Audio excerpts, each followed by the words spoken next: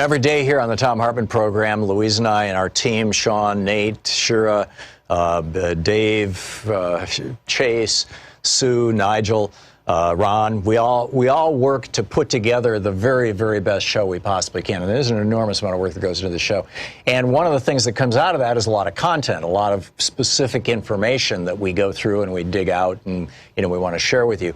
And Sue puts that into our newsletter every week. And I think you will, if you don't already receive our newsletter, it comes in email every day, about an hour after we're off the air, or maybe a couple hours after we're off the air. And Sue goes through and pulls literally every link to every story that we talked about and puts it into the newsletter. It's free. We don't sell the list or anything. You complete safety and security. There's no charge. There's no nothing. Just, plug in your email address over at thomhartmann.com. And you get signed up for the newsletter. It's all fairly obvious. You'll see it on the website. So check it out, thomhartmann.com. Thank you.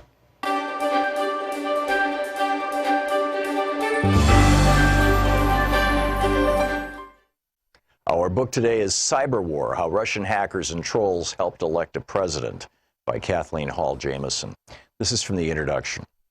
Imagine a strategy memo forecasting cyber attacks by Russian hackers, trolls, and bots designed to roil social discontent and damage the electoral process of a major party U.S. presidential nominee. Or, if she winds up winning, sabotage her ability to govern. Guaranteed payoff, no fingerprints, no keystroke record, no contrails in the cloud. To ensure that Americans would believe that disparaging messages about her were made in the U.S., use Bitcoin to buy space and set up virtual private networks on American servers. Distribute hacked content stolen from the accounts of her staff and associates through an intermediary, WikiLeaks.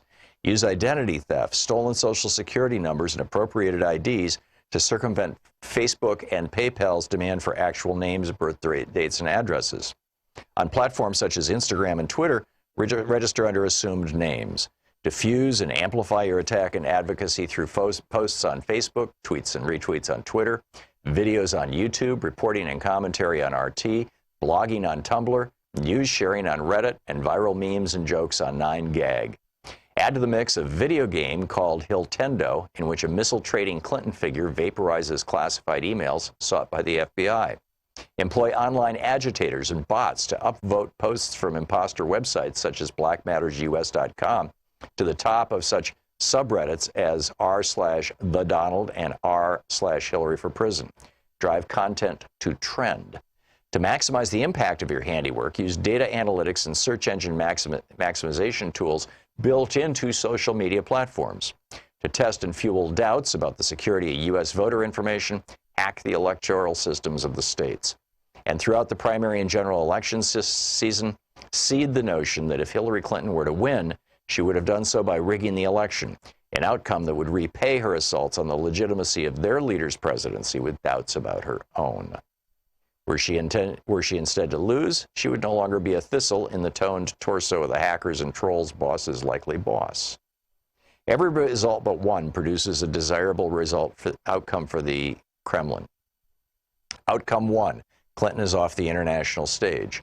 Outcome 2, she wins but can't govern effectively. Outcome 3, the former Secretary of State is elected and the country simply moves on, but the sabotage nonetheless has magnified cultural tensions and functions as a pilot from which to birth later success, perhaps when she runs for a second term. The only eventuality that damages the Russian cyber soldiers and their commander-in-chief is the fourth, in which, in real time, the cyber attackers are unmasked by a vigilant intelligence community, condemned by those in both major political parties and around the world, characterized by the media as spies and saboteurs. The Russian message is blocked or labeled as Russian propaganda, and when included in media accounts, the stolen content is relentlessly tied to its Russian origins and sources. None of that, however, happened. Instead, to the surprise of the Russian masterminds, as well as both Hillary Clinton and Donald Trump, he won the Electoral College, and with it a 4-year claim on 1600 Pennsylvania Avenue. Although countrywide she bested him by almost 2.9 million votes, he unexpectedly captured an Electoral College majority by running the table. By the end of the evening of November 8th, Florida, as well as Wisconsin, Michigan, and Pennsylvania, were in his column. The ways in which Russian hacking and social media messaging altered the content of the electoral dialogue and thus contributed to Donald Trump's victory are the subjects of this book. To begin my exploration, this overview chapter will highlight key findings of the U.S. intelligence community, preview my focus on the hackers and trolls and the synergy between them, justify casting the Russian machinations as acts of cyber war, outline ways in which susceptibilities in our system of government and media structures magnified their effect, and note 5 presuppositions that will shape my analysis of the Russian trolls' work, and one that will guide my study of the effects of the hackers. Forming the backdrop for my inquiry are 3 reports on the Russian intervention in the 2016 presidential election. The October 7, 2016 statement jointly issued by the Department of Homeland Security and the Office of the Director of National Intelligence on Election Security. The January 2017 conclusion of the U.S. intelligence agencies, CIA, FBI, NSA, and the February 2018 Robert Mueller indictment of 13 of the Russians allegedly behind the social media intrusions. On a day that will live in campaign lore, as much for what didn't happen as what did, more on that in a moment, the first of the 3 revealed the following. The U.S. intelligence community is confident that the Russian government directed the recent compromises of email from U.S. persons and institutions, including the U.S. political organizations. The recent disclosures of alleged hacked emails on sites like DCLeaks.com and WikiLeaks and by the Guccifer 2.0 online persona are consistent with the methods and motives of Russian-directed efforts. These thefts and disclosures were intended to interfere with the U.S. election process. Such activity is not new to Moscow. The Russians have used similar tactics and techniques across Europe and Eurasia, for example, to affect public opinion there. We believe, based on the scope and sensitivity of these efforts, that only Russia's senior-most officials could have authorized these activities. That's from the report. The next report put a name to one of those senior-most officials and specified an intended beneficiary, Donald Trump. Cyber war is the... Want to connect? This is the Thom Hartmann Program. Well, we're past the midweek. Thursday rolling on. Professor Richard Wolff will be with us in our second hour. Today we're going to talk about what's the inverted yield curve, why should we care, and what's with this meeting in, I think it's Jackson Hole, Wyoming. It's, where the Fed was originally created, and we're going to be hearing from the chairman of the Fed today or tomorrow, and, what might that all mean. And Alex Lawson will be with us in our third hour. More news about Medicare Advantage costing us billions, us being we the taxpayers of America, while health insurance companies, for-profit insurance corporations, are basically draining the coffers of Medicare. It's pretty shocking. The manufacturing sector just contracted for the first time in nearly a decade. The Trump recession is on its way. And I'm wondering, before I get into this rant about this amazing new study about the so-called pro-life movement, I'm wondering, what do you do about the racist next door? It's like, Trump has kind of identified this for all of us. He's come out and said that American Jews who are not basically supportive of I think the subtext is who are not supportive of Netanyahu's vision of Israel are disloyal. Or at the very least, to take him literally, that American Jews who vote for Democrats are disloyal to Israel, which is one of the oldest anti-Semitic tropes, one of the ways that Jews have been attacked for centuries, probably millennia, is to say essentially, oh, you're not one of us. You have a loyalty to somebody else. This was an attack that was, waged against Catholics in the United States in the 19th century. Oh, they're papists. Well, and in the 18th century, for that matter, probably before that. You have a loyalty to the Pope that surpasses your loyalty to the American government. You can't be a patriot. Well, now Trump has reinvented that. So that's a racist trope, and a fairly obvious one. There are others that are far more subtle. But we hear them. We hear them from our friends and neighbors. And how do you respond to this? It seems to me And sometimes I even catch myself slipping into those rabbit holes just from having, grown up white in a largely white bubble. There's stuff bouncing around inside there, and you become aware of it, and you catch it, and you go, holy cow, am I really thinking that way, or saying that, or looking at things that way, or how can I re-understand this or reimagine it? I don't know if Trump is going to, figure out the error of his ways, in this case specifically with regard to Jews and Israel and all that. No idea. But this is not healthy. This is, and so when your neighbor makes some casually racist comment, or even not so casually, how do you respond? Do you say, a lot of people would consider that a racist comment. That's how I would approach it. Or do you engage in battle or what? But anyhow, I'm just asking you if you've got stories you want to tell us. If you have ever had the experience of waking up a racist, feel free to give us a shout. But I wanted to get into this just amazing report. This study was done by Supermajority / Perry Undem. It's a remarkable survey. And what they did was they asked questions about the role of women in society. And they asked people whether they considered themselves pro-choice or pro-life, right? Whether they're in favor of a woman having a right to have an abortion, or whether they're opposed to a woman having the right to have a safe legal abortion. And they ask questions like, should women hold political office? Well, 82% of people who were pro-choice said, yeah, women should hold political office. But 34% of so-called pro-lifers said, yes, women should hold elective office. So, what is that, 66%?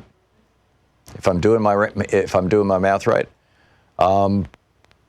Of so-called pro-life people think women should not hold political office. Now, what does that tell you about their views on women?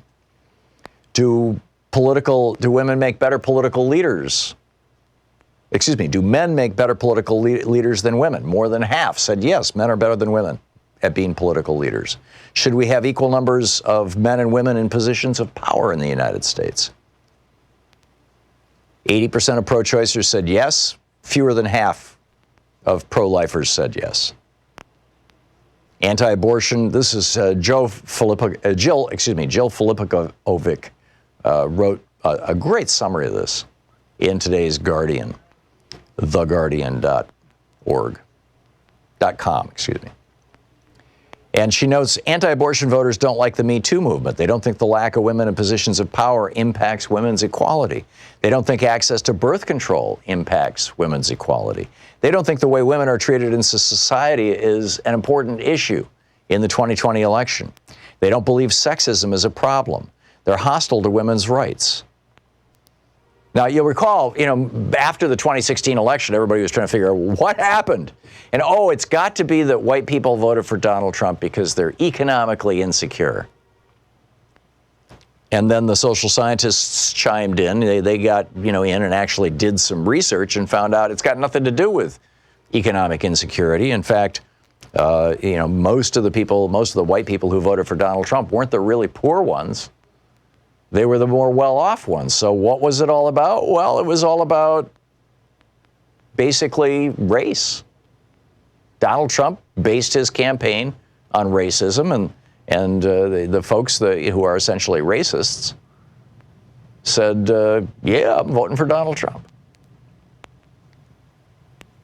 So then the question became, well, what about the others? Well, maybe they're economically insecure. They're not all racists. It turns out that the rest of them are misogynists. They think that women should basically live their lives under the thumb of men. The anti-abortion movement was really, fueled. It was only 150 years ago that the Catholic Church decided abortion was wrong. Right? They were fine with abortion up until 150 years ago, and at least early stage. Pre-quickening, which is when you can feel a baby kicking. So they were fine up to that point, but 150 years ago they took this position, and then of course the evangelicals picked this up in the 1980s with Reagan. But the Catholic Church is arguably the most misogynistic institution in the world. Vatican City has 700 some odd citizens. All of them are men. No woman holds a position of power, of real power in the Catholic Church. No woman is allowed to. And it's, the Catholic Church has been driving this anti-abortion train. Women, according to 3/4 of the people in this survey who were anti-abortion, women are too easily offended.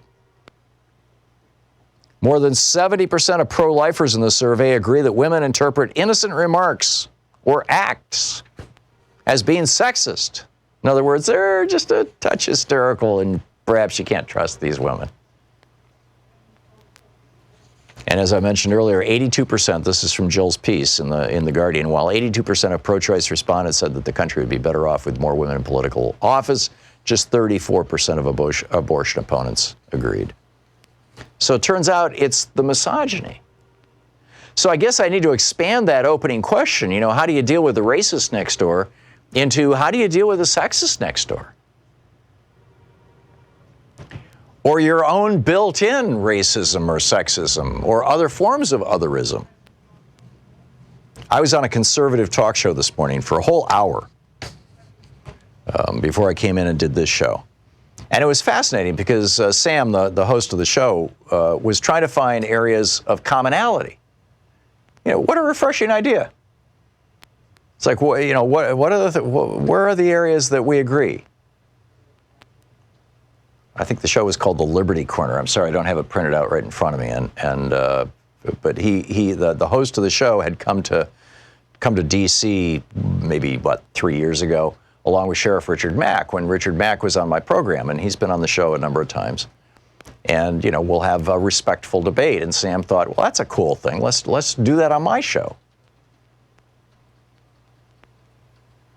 And I don't know what's, it's going to be interesting to get the feedback from Sam, whether his listeners, because he treated me nicely, whether his listeners are like, no, we want blood, or whether they're saying, well, no, it's a good idea.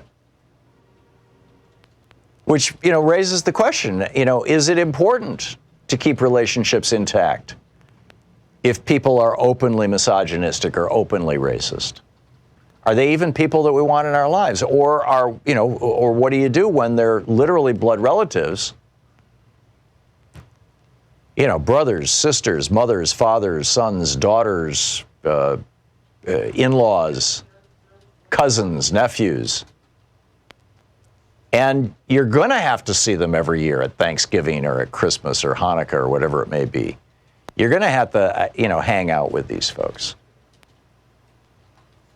How do we preserve relationships and still have debates? I mean, Julio Rivera, for example. Julio started coming on the show as kind of a right-wing crank. I mean, that's how I was treating him. And then I had brunch with him and a niece of his that he's basically caring for in New York, and got to know a little bit about his life. And this guy's he's a human being, and in most dimensions, a really decent human being, but I'm just offended by his politics.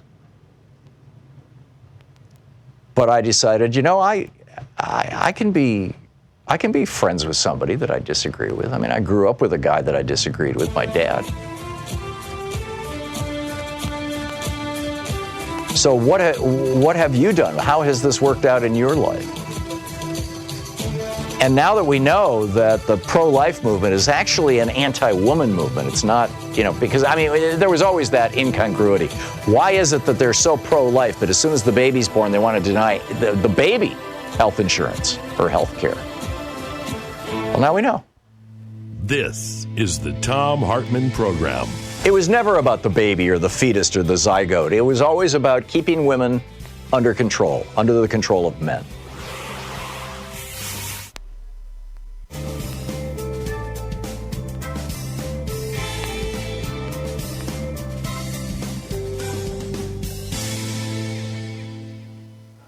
And welcome back, Maverick in Edmonds, Washington. Hey, Maverick, thanks for listening to KBCS. What'd you learn? What have you to share with me, with us? What an honor.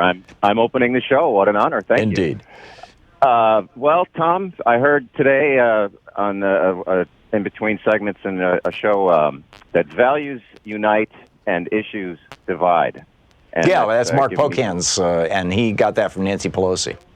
I love it. I grew up Catholic and on the south side of Chicago, and there was definitely racism in my environment, and it's still in me, and I hate it. It pops up every once in a while, and I just take a double take at myself. And I go, where is this? Why is it still here? Yeah. So I have to punch it down, and that's a routine. So it's not hard. I can do that, but it's still there, and I hate that. Earlier this year, I called a friend out on his using terms that were, cruel, racist terms, and I lost a friend. He said, what's changed between you and me? And I said, well, I don't like some of the language that you're using because it offends, I have friends that you're insulting. Mm-hmm. And never call me back. And then yesterday, I found out that my neighbor, who I've lived next to for 10 years, who I have a terrific relationship with, he absolutely hates the gay couple that moved in on the other side of my house. Whoa. And I have to see this guy every day. I mean, he was shaking with hatred, and I'm trying to maintain, be calm and everything like that. I don't really know how I'm going to handle this other than, just kind of bury my head in the sand and just not bring it up anymore. But that's very unsatisfying. Yeah, it is. I mean, have you tried educating him about our shared humanity at the very least? Well, after I found out about it, after he opened up about this, and these guys that live next door to me, they're fine. They're great neighbors. They're the best neighbors that I've had in a long time. And I don't care what they do. But I'm trying to figure out exactly how I'm gonna approach this topic, because I didn't want to go off half-cocked. I wanted to kind of gather my thoughts and figure out how I'm gonna address it. And I guess I'm not expecting that I'll be able to change him. Mm-hmm. But I would certainly, I guess I'd consider it a success if I could get him to maybe rethink some of his position. And I can see the guy, I mean, this was eating him up. I thought he was going to have a stroke or have a heart attack or something like that. Well, he may be one of these folks who was born gay or bisexual and has been fighting his own urges his whole entire life, and that's what's flipping him out. I mean, I am convinced. It's been a long time since we've debated gay rights in this country and on this show on gay marriage and things. And it's now the law of the land. But back when I used to have these people on to debate it, it became so clear to me that these people were fighting their own internal demons.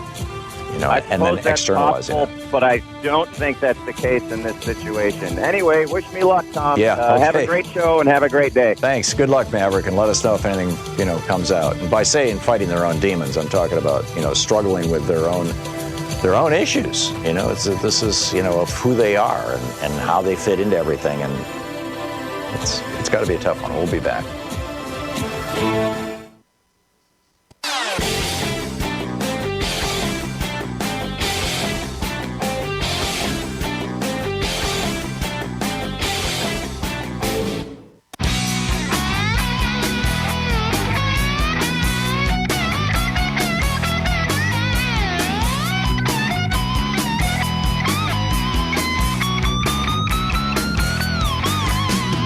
And welcome back. Thom Hartmann here with you. So, I laid all this stuff out. There's a few other things that I want to get into as well, just to to fill out the morning, I suppose, or the day, maybe afternoon for you. Donald Trump is dialing back on the Volcker rule. The Volcker rule was part of this legislation that was passed, the Dodd-Frank Wall Street Reform Act, to prevent banks that are operating with insurance paid for by you and me, FDIC insurance. Right now, if you put your money into your local bank's checking or savings account, the first, I think it's $250,000 of it, is insured by the Federal Deposit Insurance Company or corporation. And the theory is, if the bank screws up or if the economy goes to hell or whatever, that you will be reimbursed for your money. Well, that FDIC insurance is even a little broader than that. And if the bank screws up, they get covered by money that you and I put up as taxpayers. And so the Volcker rule basically said that, banks can gamble all day long with their own money. In other words, if a bank shows $1 million in profit this month, they can put that $1 million into an account and they can put it on Wall Street and they can gamble with it. No problem. That's their money. But they can't use my checking account to gamble with, because if they do and they lose, I'm the one who gets screwed. Or actually, all of us are, because FDIC pays it out. So Trump says, hey, we don't need this anymore. And so he's, by executive order, he is trying to dial back the so-called Volcker rule. This piece over at Daily Kos by Joan McCarter, she says, the Office of the Comptroller of the Currency and the Federal Deposit Insurance Corporation, the OCC and the FDIC, have decided to give Wall Street one of its biggest wins under the Trump administration. All the Republican FCIC members voted in favor of this. The one Democratic commissioner, see, Trump has not appointed any Democrats to this thing. He's supposed to, but he hasn't. Martin Grunberg voted against the rule change, saying it would effectively undo the protections of the rule. Sherrod Brown is upset about this. He's the ranking member on the banking committee. He said Trump regulators continue to open a Pandora's box of risky trading and speculation at the expense of American taxpayers. 3/4 of Americans now expect a recession next year. This is great. I mean, this is terrible. Obviously, I'm being sarcastic, but Trump's brilliant new idea. Meanwhile, he's day before, 3 days ago, he was saying, I'm not thinking, we need to stimulate the economy, but I'm not thinking about a tax cut. Then the day after that, he was saying, maybe we should have a tax cut. In fact, maybe it should be a payroll tax cut, which is, by the way, the most effective stimulus because it kneecaps Social Security and transfers that money into the pockets of working people, including working poor people, which means they spend all of it. But it also hurts Social Security, which is why when Obama was getting us out of Bush's Great Depression here, back in 2008, or 2009 actually, he had just for 1 year had I think it was a 2-point reduction in the Social Security tax. So then Trump says he's in favor of that. Now Trump says he's not thinking about that. And who knows what it means? So Trump is all over the place. And this is the guy who is our president. Meanwhile, Greenland and England are both offered to buy the United States from Russia. Or at least, wags in those countries. I'll pick up your calls after the break. It's 27 and a half minutes past the hour. You're listening to the Thom Hartmann Program. Call 202-808-9925. Fair and only slightly unbalanced. We'll pick up your calls in just a minute. It's the Thom Hartmann Program.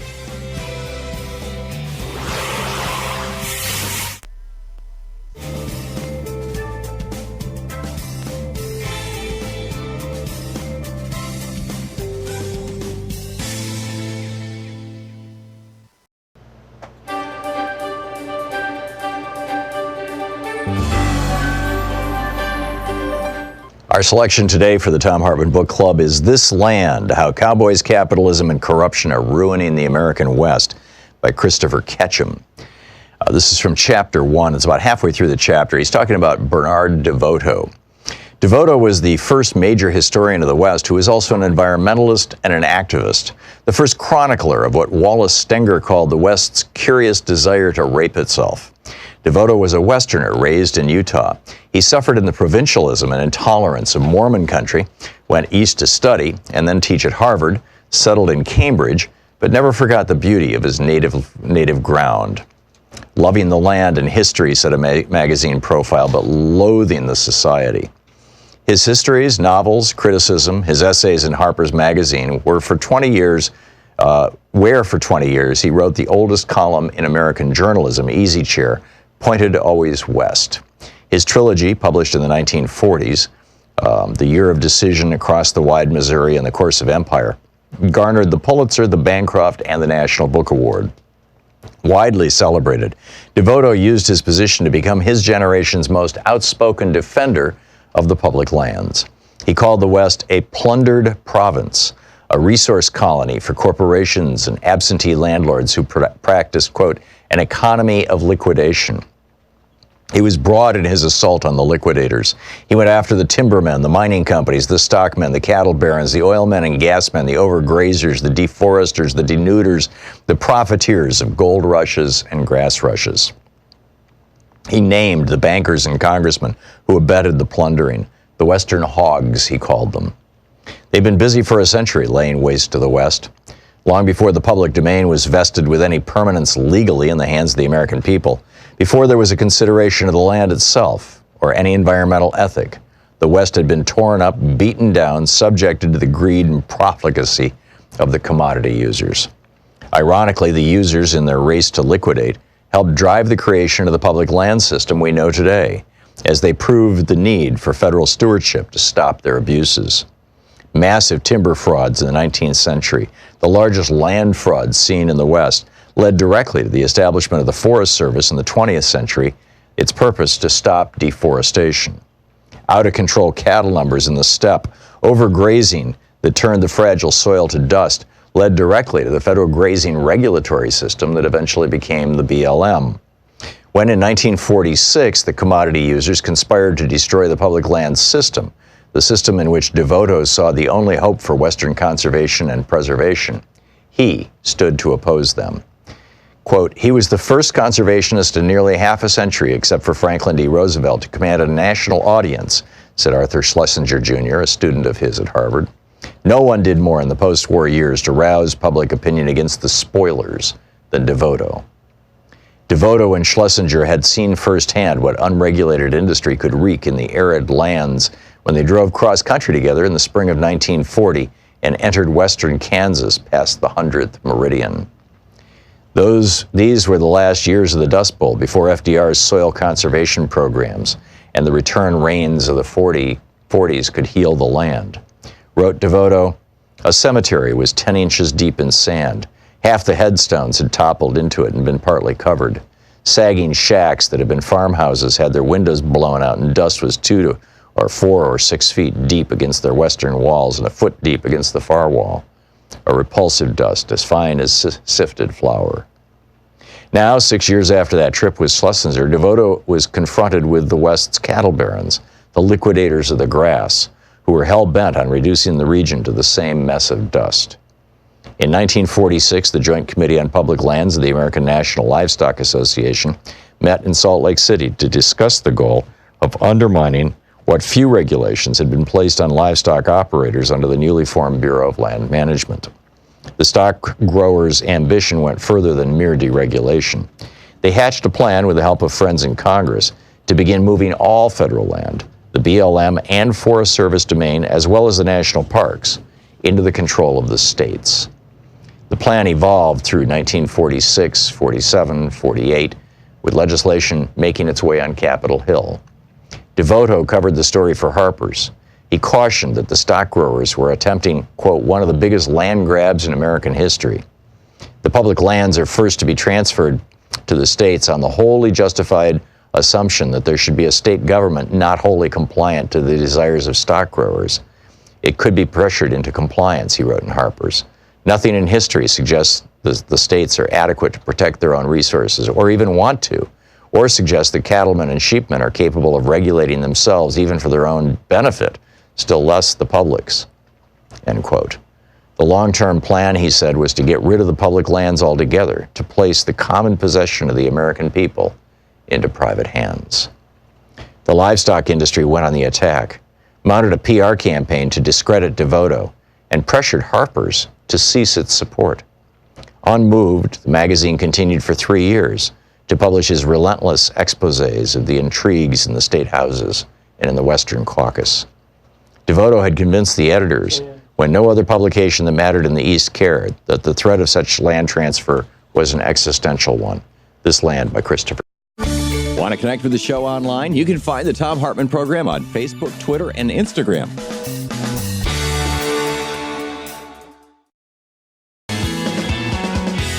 Welcome back. Thom Hartmann here with you. Mineral Man has a post over at Democratic Underground that is so spot on. It's chilling. It's titled "Beware of Donald Trump's attempts to link mental illness with violence," and he notes Trump wants to create, quote, mental health treatment centers. Right. Who will Donald Trump think is mentally ill and needs to be involuntarily locked up? Will it be me? Will it be you? Will it be liberals? Who's he gonna put away? Amazing. Amelia in Seattle. Hey, Amelia, you had thoughts on engaging a racist? Hi, Tom. Thanks so much for having me.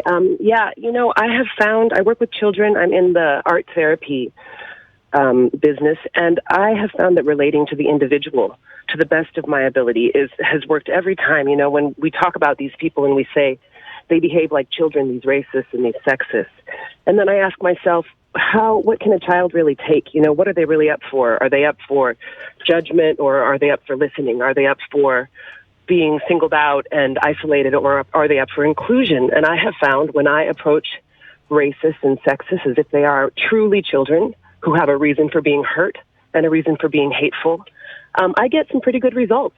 I've seen people actually make real turns. I use real-time examples. I have an advantage being a woman of multi-races and also from a family of people of a lot of different sexual orientations. So I can tell personal stories, and I can imagine the pain that people go through. And the relating to these people has been the best thing I've ever chosen to do. Wow. Can you give me an example of a conversation or a phrase or a... Yeah, the best example, when I kind of feel the moment, and I notice that a lot of people respond to words like love and God and compassion or some kind of common entity we appreciate, like the Dalai Lama. So I'll put something out there that's a little more neutral, right? And then allow people, that kind of opens people up a bit. So the very specific example is a Rasta I met when I was living overseas, and he hated gay people, and it's part of his religious beliefs. And I said to him, well, do you believe that God is love? Because he believes in Jah as God. And I said, do you believe in God, that God is love? He said, of course, of course. I said, so what do we do with love when people enter the room? Do we take it from them or do we give it to them? He said, we give it to them. And I said, so when a person who is gay enters the room, do you give them your love or do you take it? And he paused. And the next time he was interviewed, he refused to speak in the way that Rastas do disparagingly about gay people, because he had an awakening about the fact that he was not giving love and being true to his own spiritual beliefs by going along with these hateful thoughts. So I've kind of taken it from there. I got a guy to stop harassing me sexually, to say to him, hey, what do you think your mother or your God would say right now? So this kind of compassion and bringing the entity and the energy of love forward as a woman of color and is really worked for me. And actually some men of color as well would report the same thing in my community. That is great. That is great. Yeah. Amelia, thank you for sharing your story with us. Thank you, Tom. Have a great day. Thanks, you too. That's remarkable stuff. George in Palm Desert, California. Hey, George, your thoughts. Hi, Tom. Thanks for being there again. First of all, progressives need to arm themselves with factual knowledge. Secondly, get these racist trumpeters out of your life. Quickly, I joined this gym. I was friendly, met a few 5 guys. They turned out to all to be trumpeters. And one guy was saying some pretty bad things about black people. So I advised him that black people have been fighting in every filthy, dirty, rotten war that this country has ever had. The Tuskegee Airmen had the best record for protecting the bombers, and the Revolutionary War finally came to an end because of a black slave that went to work for the British but was a spy for George Washington, who alerted him about Cornwallis coming in. George Washington was able to surround Cornwallis. That was the beginning of the end of the Revolution. And lastly, get these people out of your life. I had to leave that gym, and I've never been happier. I can't be around people like that. Yeah. But progressive must arm yourself with facts. Yeah. Amen. Amen. And leaving a gym is something that, we all have the luxury of doing if we have the luxury of joining the gym. Leaving our family might be a whole different thing. George. That's true. Fortunately, I do have a good family that are pretty much progressive. So, yeah, I'm not in that position, and thankfully. Yeah, there you go. George, thanks for the call. Good to hear from you. Man. Connie in Dayton, Ohio. Hey, Connie, what's on your mind? Hi, I have a way to deal with people with racism is for everyone to get their DNA tested. I was amazed to see how many cultures I had in my background, and one of them was African American, and that really shocked me. But it was a good shock, I think. If everyone could see where they come from, I think that would help. Well, I think I think it has to go even deeper than that, though, Connie, because you're going to get some people who are going to, get their test back, and it's going to be, almost entirely or entirely, one particular area or whatever, depending on how recently they've come to the United States, because we're more of a melting pot than most European countries, and I think that we have to go beyond just we're all mixed breeds and get to we're all humans here, and just like not even have that conversation about breeds or categories or races or whatever. Yeah, that was like my next point was to instead of having descriptors of African American or Hispanic, I think we should just say human being. Because that's what we are. And I had a little conversation with my brother who is very conservative, and I asked him to start doing that in his conversation, and he went to say something. He goes, you made a good point. Yeah. To change the conversation to that we're all human beings. Yeah, there you go. Connie, thank you. Yeah. Thanks for sharing your story. Appreciate it. Mark in New Carlisle, Indiana. Hey, Mark, what's up? Hey, Tom, how you doing today? Good. I had a friend who was a little bit older than me. We used to travel a lot to train meetings. We used model trains, shows. We done some writing together on recent railroad history and that. Mm-hmm. And I found out he's a total racist. And it just came out of the blue from Yeah, Mark, your phone is going in and out. I missed your last sentence or two. You said you learned that he's a total racist out of the blue something. Mark, we have lost your phone. I'm going to put you on hold, and maybe you're just driving through a bad spot. Mark is on line 3, Nick, so you can check that out. Steve in Lexington Park, Maryland. Hey, Steve. Hi. Hi, Tom. Thank you for taking my call. Very, very quickly, when you talk to a person who's who's about the abortion, ask them, are you pro-birth or pro-life? Because pro-birth, in my opinion, means you just want the baby born. But pro-life means you're going to do everything to help people raise this child. So what the study is showing is that it's not even birth that is the issue for a lot of these pro-lifers, that it's actually just, they want women to be powerless. They think that society is, and there's actually a philosophy here associated with this. Russell Kirk laid it out in 1951 in his book, The Conservative Mind, and that is that, that conservatives want a stable society. That's the goal that they're trying to achieve. And many conservatives believe that society is more stable when it is hierarchical and patriarchal, when men are in charge and there's a hierarchy and women are not in charge and they're at the bottom of the totem pole, and that's how society is most effectively organized in order to guarantee stability. And it may well be. I mean, being dead ensures stability too, or you could argue slavery ensures stability, although I'd argue that that's actually a fairly unstable system. But and in fact, I would say that much like the instability of slavery, you've got women now are saying no more. We're not going to be under the thumb of men, and so patriarchy itself is also unstable. But they continue to believe that it's stable. Yes, and can I say one more thing? I really don't think Republicans, conservatives, want the abortion issue to go away, mainly because it's a fundraiser for them. So if they get rid of the abortion issue, there goes probably a lot of fundraising for them. Yeah, and the same with race. Or Right. racism. I get it. Right. Okay, thank you, Jerry in Redfield, Maine. Hey, Jerry, your thoughts? Yeah, how you doing, Tom? Good. I think I heard you say that you and your dad kind of didn't see eye to eye. Well, when I was 14, 15, I or thereabouts. I had listened to my dad and gone along with his whole Republican shtick, and then when I started, Was he a Christian, Tom? Is that what it was?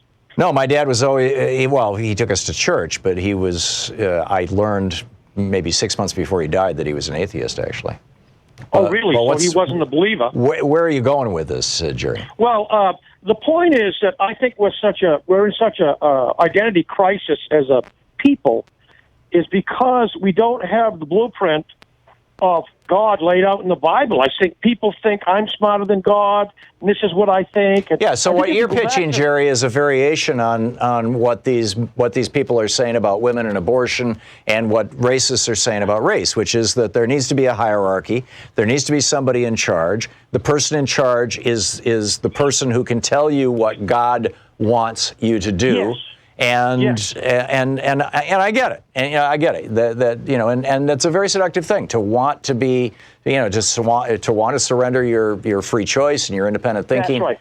And that you've made that choice with regard to religion, right? Exactly. Okay, I got it. Because I've come to the point where I realize I'm not smarter than God, and I will not say things that are anti-God to anyone and say it's because I feel this way. Yeah, but here's the problem, Jerry. It's the way God is not talking, to the best of my knowledge, to any of us directly in the English language. He's talking to us. He or she or they are talking to us through human beings who tell us that God talked to them. Exactly. Aaron wrote down what Moses said. Moses said, here's what God says.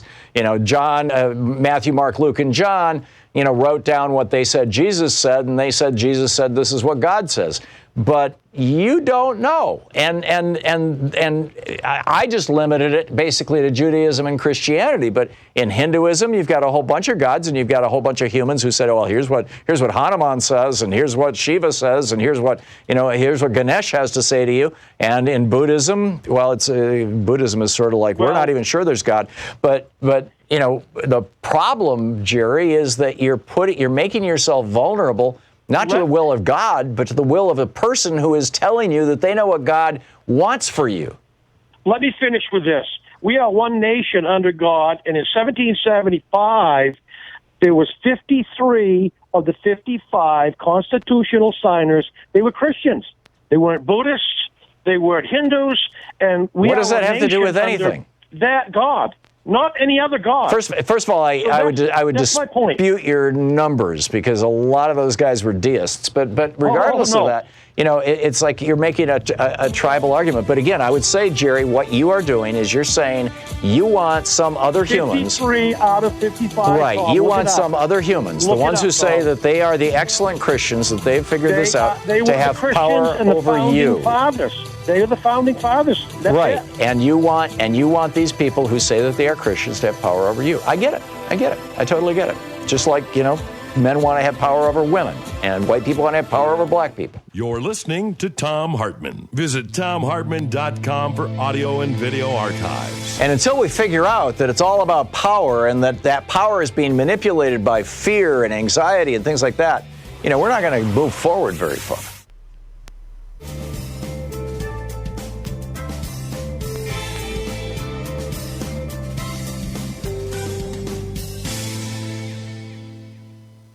And welcome back. Mike in Lomita, California, listening to KPFK. Hey, Mike, what's up?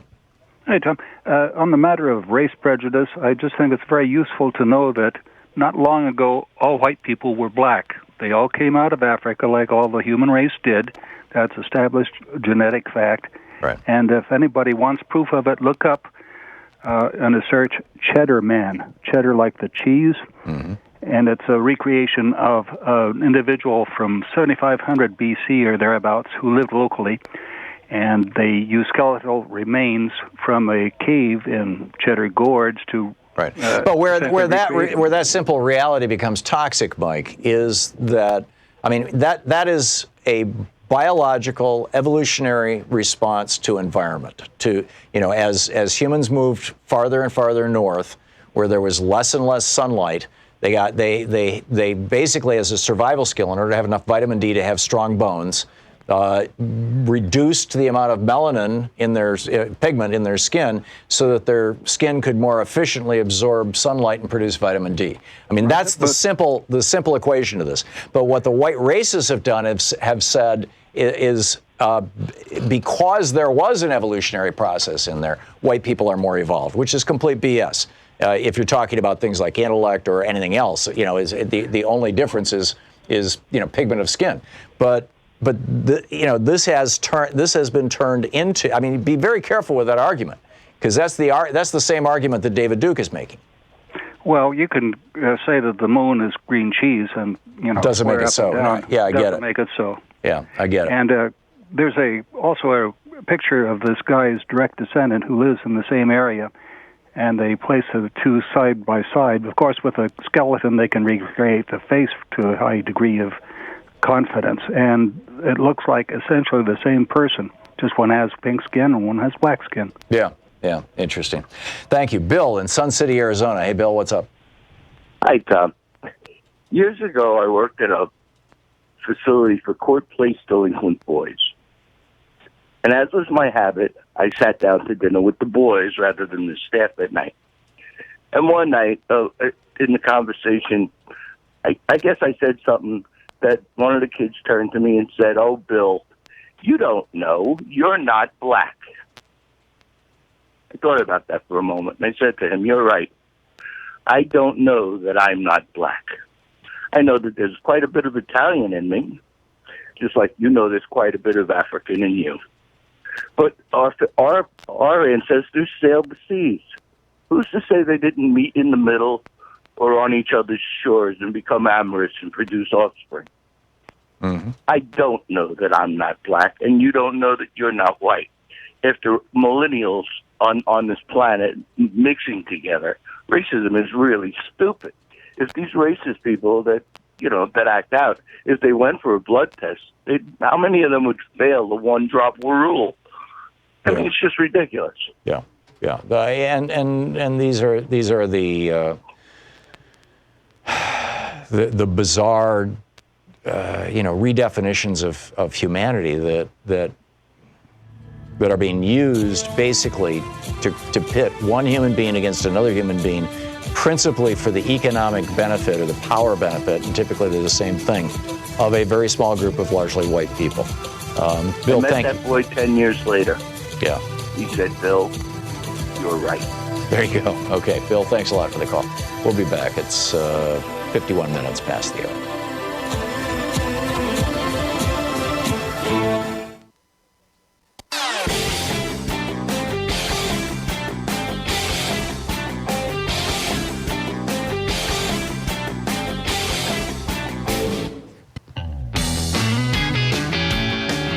Welcome back. Donna in Connolly Springs, North Carolina. Hey, Donna, your thoughts?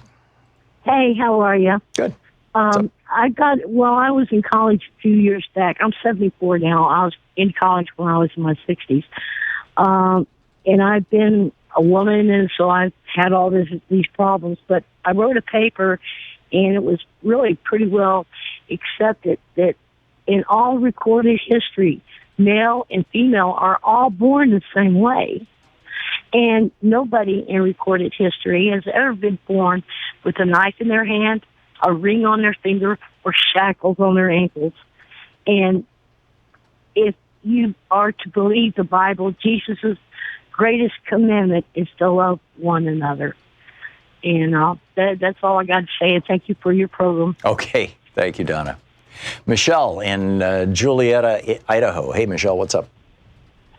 I just wanted to call. This is my first time caller, so I'm a little bit nervous. I just wanted to call in because I live in a small town, Julietta, Idaho, and there's a lot of people who don't understand gay in my town. Mm-hmm. And I recently, actually 13 years ago, I bought a bar in this small town thinking that I'd have a new life after getting laid off. Mm-hmm. And all of the people were really standoffish with having a lesbian in their small town. Huh, that being you? And as a result,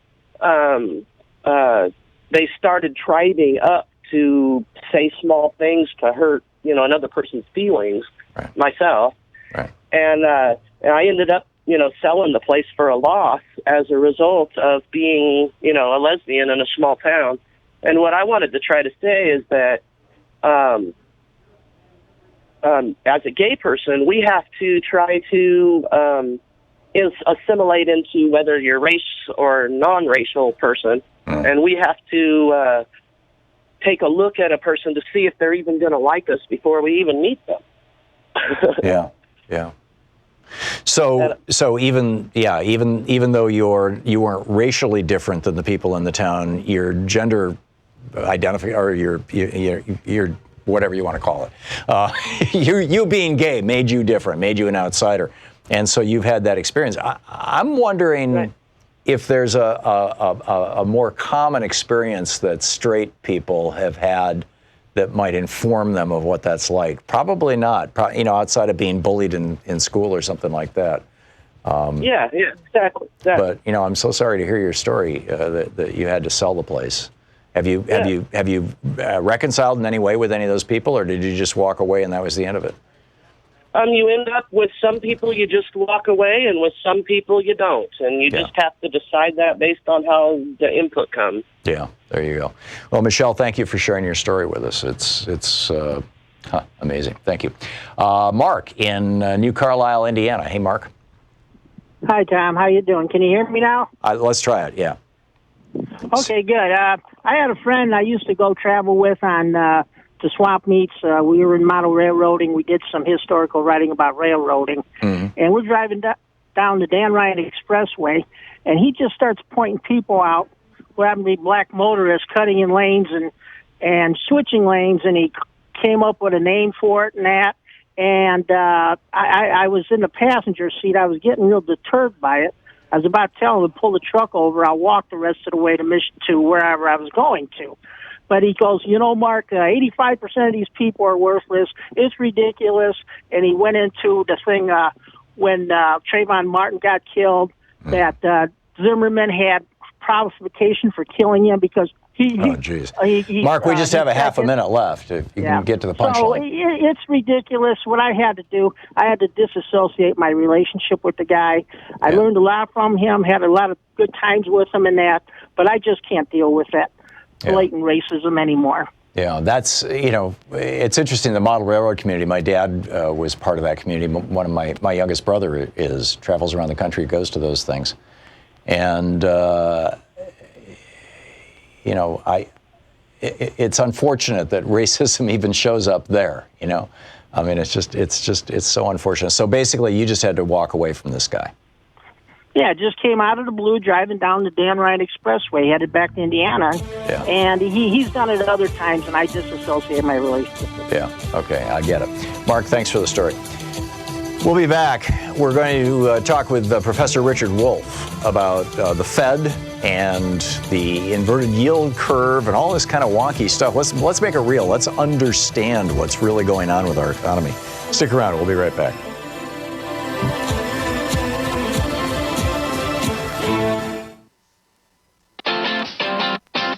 You're listening to Thom Hartmann.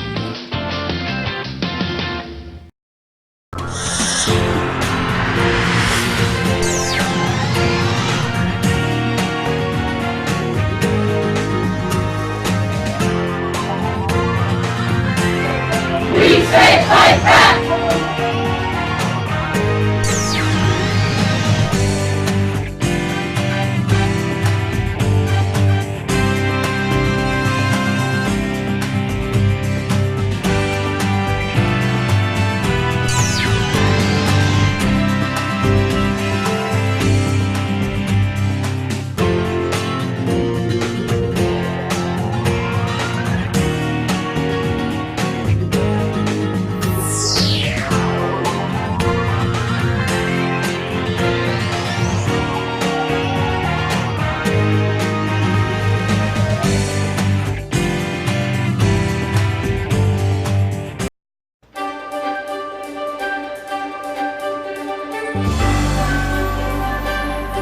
Our book today in the Thom Hartmann Book Club is The Hidden History of Guns and the Second Amendment by yours truly. This is from Chapter 1, The Unholy Alliance of Racism, Genocide, and Guns. In Isaiah 14:21, the Lord tells Isaiah, "Prepare for his sons a place of slaughter because of the iniquity of their fathers." It's a variation on the old story of karma and seems in a very real way to be playing out today in the United States. America is facing an epidemic. Public health officials use that word of gun-related suicides, accidents, and even homicides and police killings.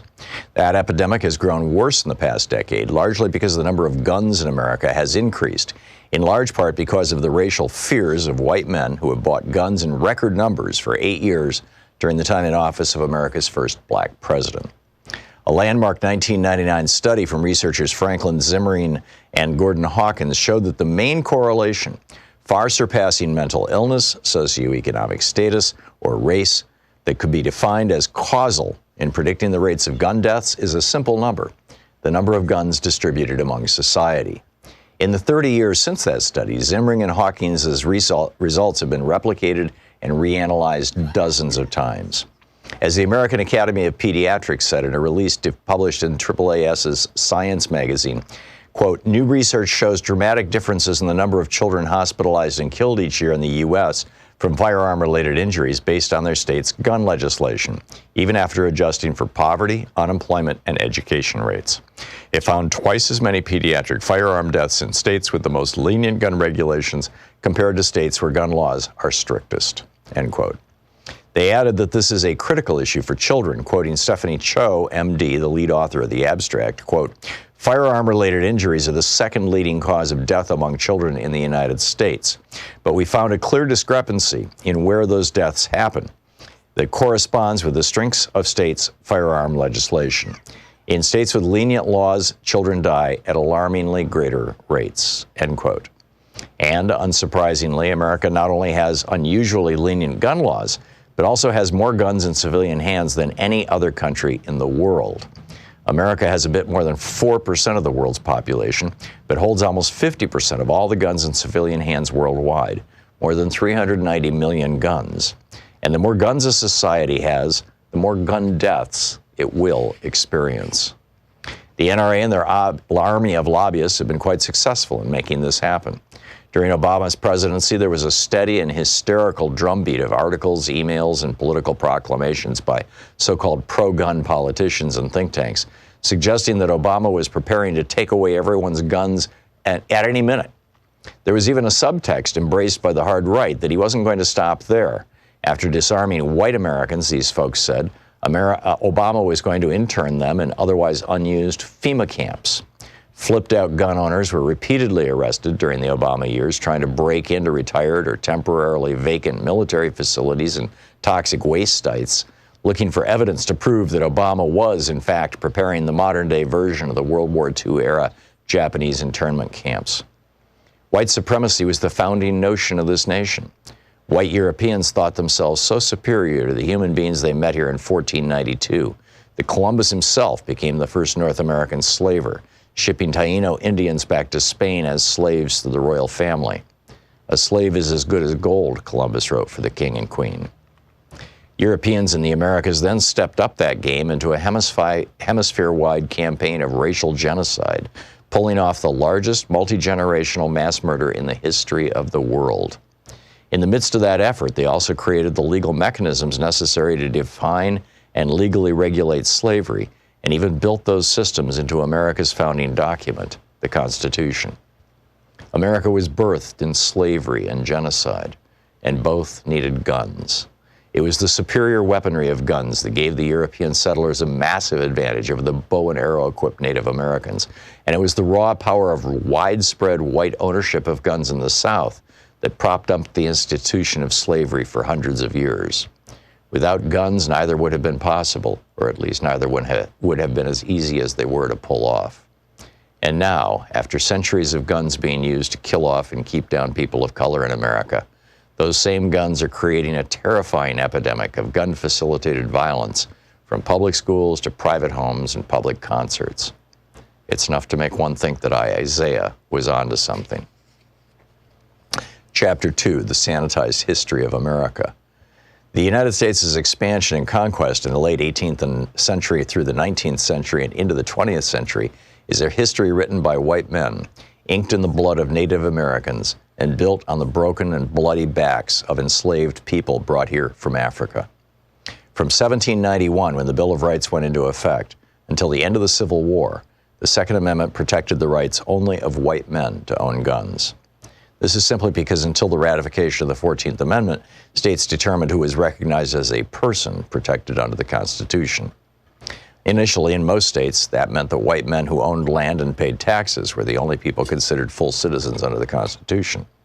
In the South, white men with guns formed slave patrols to control slaves and formed posses to hunt escaped slaves. The book, The Hidden History of Guns and the Second Amendment.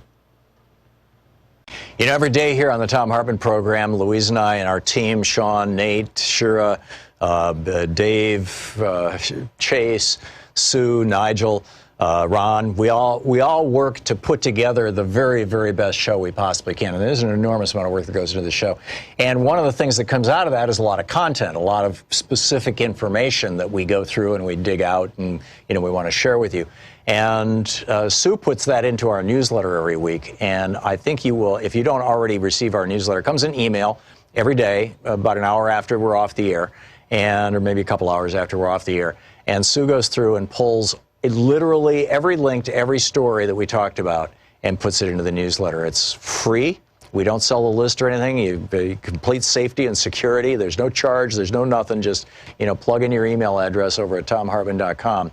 And you get signed up for the newsletter. It's all fairly obvious. You'll see it on the website. So check it out, thomhartmann.com. Thank you. Want to connect with the show online? You can find the Thom Hartmann Program on Facebook, Twitter, and Instagram.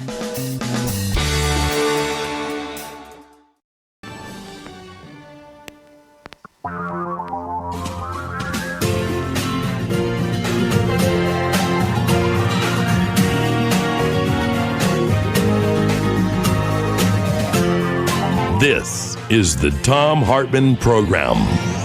Welcome back. Thom Hartmann here with you. We've been talking about, broadly, how do you deal with the racist, the sexist, the homophobe next door or at work or around the corner? And one of the things that informed this was this remarkable survey that's out that shows that pro-lifers, people who are opposed to abortion, are principally motivated by a desire to keep women in their place, in quotes, and which is pretty remarkable. We'll get back to that in a few minutes. But Professor Richard Wolff is on the line with us. He is the economist and co-founder of democracyatwork.info, the author most recently of Understanding Marxism. rdwolf with 2fs.com is the website, and Prof. Wolf with 2fs is his Twitter handle, and as well as democracyatwork.info. Dr. Wolff, welcome back to the program. Glad to be here, Tom. Thank you. So we're hearing all this stuff about an inverted yield curve, about recession coming. Can you translate all this into simple English for us? You're so good at that. Good. That's what I'll work at. Basically, the name of our system is capitalism. Should come as a surprise to nobody. And capitalism has been the dominant world system now for a couple of 100 years, starting in England and spreading worldwide. Here's one basic fact about it. Wherever capitalism has become the basic system, we have what's called an economic downturn or a crisis or a cycle or a recession or a depression. The words are many.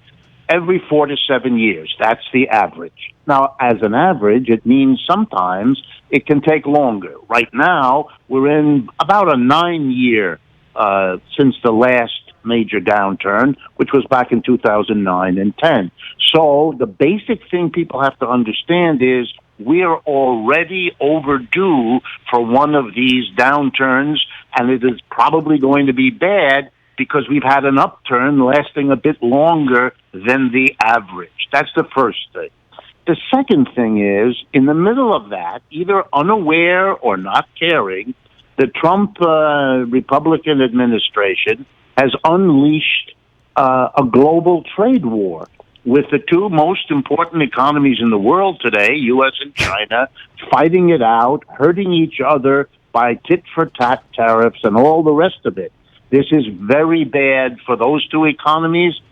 J.P. Morgan recently estimated that every American family is losing literally hundreds to thousands of dollars per year from this, which gives you an idea of how big it is. The Chinese are losing. The German economy just went into recession, and it's the most important economy in the world, depending heavily on the U.S. and on China, et cetera, et cetera. So we have a regular economic downturn in our unstable system, worsened by the self-serving notion of Mr. Trump positioning himself as the great champion of the United States, initiating this trade war, pursuing and aggravating the trade war. So it's very, very bad what's coming down the pike, and you can't fake it anymore. The repetition by the administration that our economy is great, great, great, just won't cut it anymore. It isn't great. It has become more unequal even than it was back in 2007. The signs are everywhere, and all reasonable economists know it's coming. The only debate is how bad it will be, when exactly it will hit, and how long it will last. And what we'll do to get out of it, I suppose. And what we will be doing desperately to get out of it, that's what you hear the headlines of the last few days. Herky-jerky as usual. One day he's going to cut this tax, the next day he denies it. It's the chaos of not understanding what you're doing, not grasping the context in which you're doing it. It's economic policy that is no more reasonable or rational than most of the other things that we see coming out of the Washington and the White House. Yeah. Now, I mentioned before I brought you on, what we had been talking about in the previous hour. I'm curious how capitalism has been used, and whether or not it's even intrinsic to capitalism, or it's simply just another tool that could be used by racists to perpetuate racial hierarchy, by misogynists to perpetuate the domination of women, by homophobes to perpetuate the oppression of people who are, not straight or gender conforming, or whatever however you describe that. To what role does capitalism play in all this? Well, I think it's a very, very important role. I think these things are intimately connected, and let me explain how that works. Given that capitalism is so unstable, that it has a major downturn every 4 to 7 years, during which typically millions of people are thrown out of work, huge numbers of small and medium-sized businesses, and even a few big ones go out of business. They flare out and explode or disintegrate. Given that, you would have a very hard time holding on to capitalism if it really affected everyone. In other words, if we were all, like random numbers, worried every 4 to 7 years, any plans we'd made, any home we had made a down payment on, any education plans for our children could be blown away because we would be caught up, each of us randomly, in whenever the downturn was. If you live a normal life to 70 or 80 years, you're going to go through lots of those, and it would be extraordinarily disruptive. What has happened in most capitalist societies who have understood this is that the capitalist system, even without anyone planning it, it's not a conspiracy, assign the uncertainty, the instability to particular subgroups. Here in the United States, it is African Americans, it is non-whites, it is women. Why?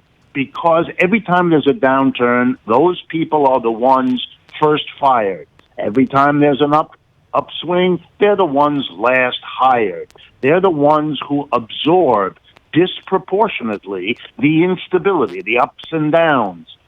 Then, in a peculiar twist, the rest of the society is encouraged, here comes the white supremacy, to believe that the African American or the woman who goes in and out of the labor force, that this is somehow a peculiarity of them, that it is something intrinsic to an African American or a female, etc., that she is in and out of the labor force, not understanding that somebody in capitalism has to be kicked out of the labor force every 4 to 7 years. And if you did it to everybody, then everybody would have a shared interest in changing the system so we don't have this kind of absurd instability. Instead, we give the permanent job, the job least likely to be bounced out when we have these downturns, to the white men. and they get that kind of privilege. They've always had that. And you focus the instability, the uncertainty, the up and down of the labor market onto the secondary people, the repressed people, the discriminated against people, and then you make the whole system work by blaming the instability not on the system that's causing it, but on the individuals. It's a wonderful example of blaming the victim. So this is why when President Obama became president, inheriting, a downturn, this Bush crash, that Bill O'Reilly and Sean Hannity and all these guys over on Fox News were constantly ranting about, look at how many people are on food stamps now. Oh my God! And I'm guessing probably more often than not they'd show pictures of black people. Absolutely, and you can get, the full horror of all of this is that the white supremacy we see now was stoked. It's always been here, as you pointed out earlier, but it was really stoked because the white people in America, having been given this peculiar privilege, have, of course, in the back of their mind, a guilt.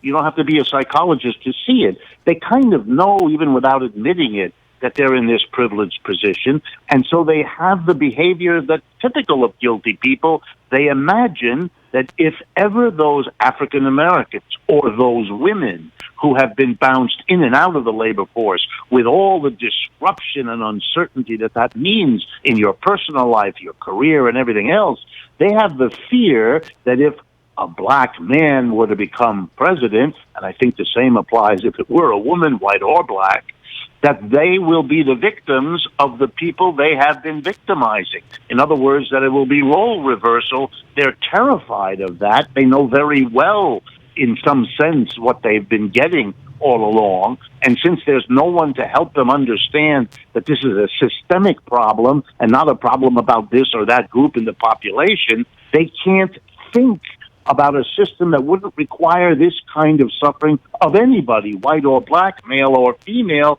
They can only think of who's in the better position, and I'd rather be on top than on the bottom because of how this society works. So the worst thing I can imagine is a black person as president or a female as president. We're going to see all that played out in the months ahead in a very ugly way.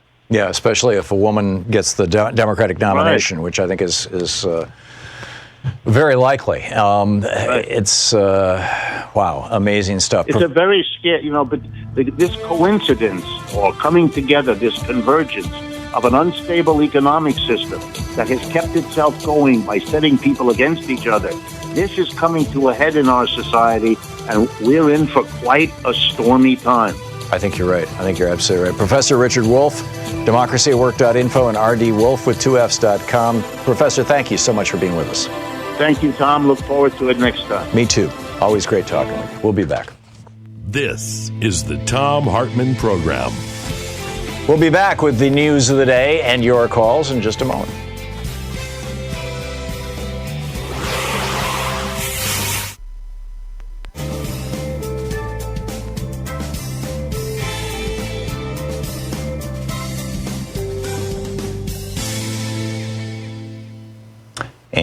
And welcome back.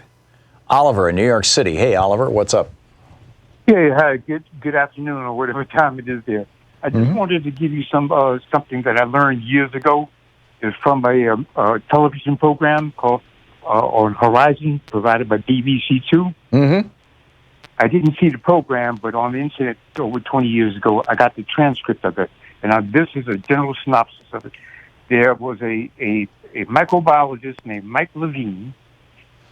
He was a professor of microbiology at the University of California, Berkeley. Well, long story short, he and another microbiologist proved, not theoretical, not hypothetical, proved that we all come from have the same 8 master genes. In other words, us human beings, to the largest animals in the oceans, to the smallest of insects, we have the same 8 master genes that make us all who we are. In other words, we all evolved from the same 8 master genes. Right. Yeah, I mean, we share 97% of our DNA with chimpanzees. What? Yeah, I know, but what I'm saying is from these 8 master genes. Okay, I don't know what that means.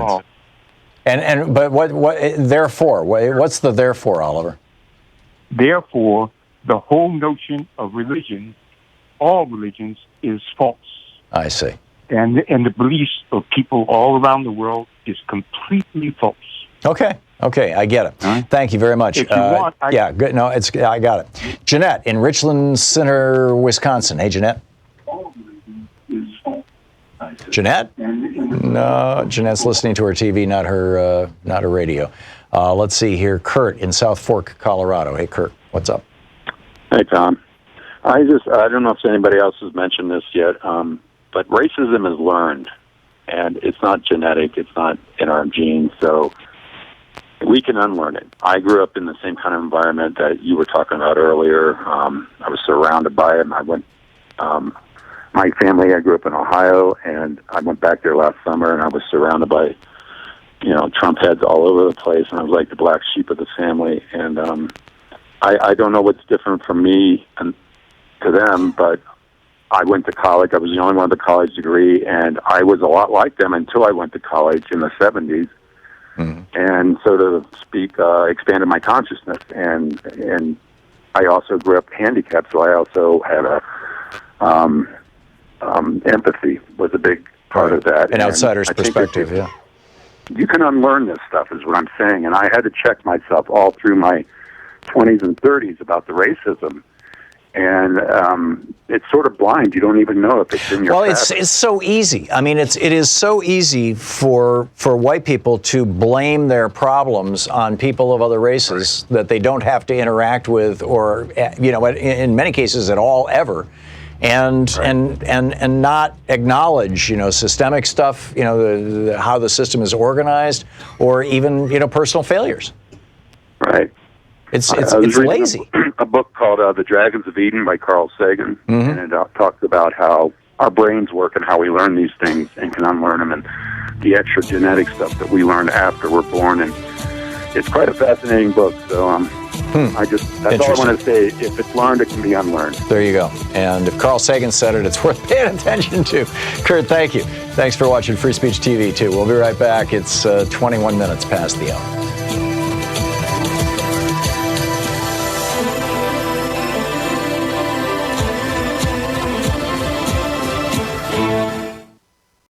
Every day here on the Thom Hartmann Program, Louise and I and our team, Sean, Nate, Shira, Dave, Chase, Sue, Nigel, Ron, we all work to put together the very, very best show we possibly can. And there's an enormous amount of work that goes into the show. And one of the things that comes out of that is a lot of content, a lot of specific information that we go through and we dig out and, we want to share with you. And Sue puts that into our newsletter every week. And I think you will, if you don't already receive our newsletter, it comes in email every day, about an hour after we're off the air, or maybe a couple hours after we're off the air. And Sue goes through and pulls literally every link to every story that we talked about and puts it into the newsletter. It's free. We don't sell the list or anything. You complete safety and security. There's no charge. There's no nothing. Just, plug in your email address over at thomhartmann.com. And you get signed up for the newsletter. It's all fairly obvious. You'll see it on the website. So check it out, thomhartmann.com. Thank you. Want to connect with the show online? You can find the Thom Hartmann Program on Facebook, Twitter, and Instagram.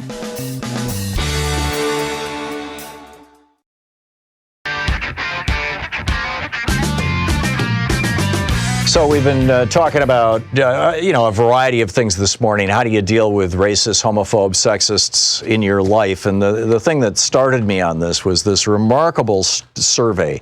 Jill Filipovic, writing about it over at The Guardian, that the anti-abortion folks have been saying for, since the 70s, basically almost 50 years, the anti-abortion folks have been saying, we're all about life. We're all about supporting and sustaining life. And then you ask them, okay, well, the most vulnerable time in a child's life is the first couple of years after they're born. Are you in favor of, government subsidies or support for those children? Do you think that we should have a national health care system that covers all children when they're born? They'll say, no, and that's not, some of them will say, others will say yes, but, but it's not, they're not universally consistent. In fact, a lot of so-called pro-lifers are in favor of the death penalty. And so this study was done, and it's a fascinating poll, and you can read the whole thing over at theguardian.com, where they asked a bunch of questions that elicit a person's perspective on the role of women in society. Should women have political power in society? Should women have economic power in society? Should women be leaders? Do men make better leaders than women, or vice versa? What do you think about the Me Too movement? Does access to birth control impact women's equality? Do you want equal numbers of men and women in positions of power in the United States? And what they found was that, broadly speaking, from 60 to 80% of the virtually 100% of the time, but by margins as high as 60 to 80%, of the so-called pro-lifers held basically misogynistic, anti-woman worldviews. They thought that men are better political leaders. They thought that there should not be equal numbers of men and women in political power. And by the way, you look at the Republican Party, and you look at how many women are in the Senate and the House of Representatives, or in any of your state legislatures, and, women and people of color, very few and far between. Fewer than half of abortion opponents said that there should be equal numbers of men and women in Congress, whereas 80% of pro-choice people say yes, of course. I mean, it's really pretty remarkable. And they talk about the Catholic Church driving much of this. The Catholic Church is probably one of the most misogynistic institutions around. They will not allow women to have power. 82% of pro-choice respondents said the country would be better off with more women in political office. Only 34% of so-called pro-lifers agreed. And this is why they say, we care about life, but we're going to support a president who puts children in cages. We're going to cut aid to needy children and health care to poor mothers and pregnant women. We oppose contraception and sex education, even though these are the most effective ways to reduce the number of abortions. They're not actually they're not actually opposed to abortion. They're opposed to women having agency, having power over their own bodies, and the political power and the economic power associated with that. So when you confront people in your life, whether they're relatives or coworkers or friends or neighbors or whatever they may be, how do you talk them off that ledge? How do you bring them back to some kind of sanity? How do you wake them up out of the racist soup? I mean, it's just so lazy for white people who are encountering economic challenges in their lives or any other kind of challenge to simply blame it on people of color or blame it on women in the workforce. It is lazy, but it's done constantly, and it turns out the whole pro-life movement is not really about life at all. It's about controlling women. So what do you say to people who are proponents of this point of view? And how can we reconcile this stuff as a society? We'll be back. It's coming up on 28 minutes past the hour. Pick up your calls after the break. You're listening to the Thom Hartmann Program. Call 202-808-9925. This is the home of the political revolution, the place where despair is not an option.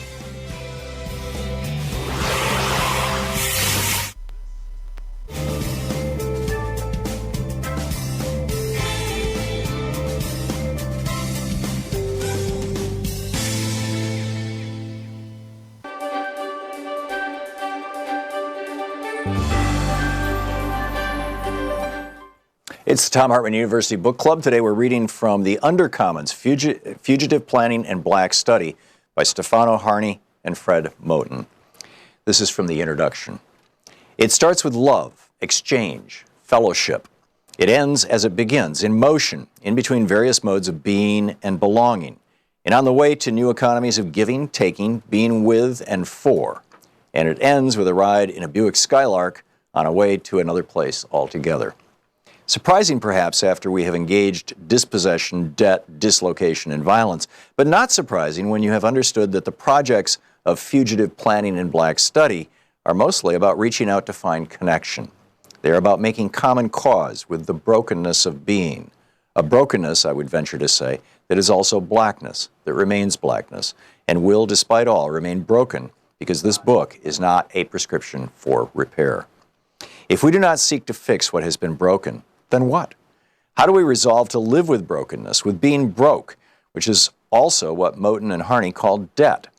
Well, given that debt is sometimes a history of giving, at other times a history of taking, at all times a history of capitalism, and given that debt also signifies a promise of ownership but never delivers on that promise, we have to understand that debt is something that cannot be paid off. Debt, as Harney puts it, presumes a kind of individualized realization to a naturalized economy that is predicated upon exploitation. Can we have, he asks, another sense of what is owed that does not presume a nexus of activities like recognition and acknowledgement, payment and gratitude? Can debt become a principle of elaboration? Moten links economic debt to the brokenness of being in the interview with Stefan Shukatis, who he acknowledges that some debts should be paid and that much is owed, especially to black people, by white people. And yet he says, I also know that it is, that what it is that is supposed to be repaired is irreparable. It can't be repaired. The only thing we can do is tear this stuff down completely and build something new, end of quote. The undercommons do not come to pay their debts, to repair what has been broken, to fix what has been undone. If you want to know what the undercommons wants, what Moten and Harney want, what black people, indigenous people, queers, and poor people want, what the we who cohabit in the space of the undercommons want, it is this. We cannot be satisfied with the recognition and acknowledgement generated by the very system that denies A, that anything was ever broken, and B, that we deserve to be the broken part. So we refuse to ask for recognition, and instead we want to take apart, dismantle, tear down that structure right now. That right now limits our ability to find each other, to see beyond it, and to access the places that we know live outside its walls. We cannot say what new structures will replace the ones we live with yet, because once we have torn stuff down, we will inevitably see more and see differently and feel a new sense of wanting and being and becoming. What we want after the break will be different from what we think we want before the break, and both are necessarily different from the desires that issue from being in the dark. Let's come at this by another path. In the melancholic and visionary 2009 film version of Maurice Sendak's Where the Wild Things Are, 1963, Max, the small seeker who leaves his room, his home, his family to find the world beyond, finds a world of lost and lonely beasts, and they promptly make him their king. Max is the first king the wild things have had, whom they did not eat, and who did not, in turn, try to eat them. And the beasts are the first grown things that Max has met, who want his opinion, his judgment, and his rule. Max's power is that he is small while they are big. He promises the beasts that he has no plans to eat them, and that this is more than anyone has ever promised them. He promises them that he will find ways through and around and will slip through the cracks and re-crack the cracks if they fill up. He promises to keep sadness at bay and to make the world with the wild creatures that roared their terrible roars and gnashed their terrible teeth and rolled their terrible eyes and showed their terrible claws.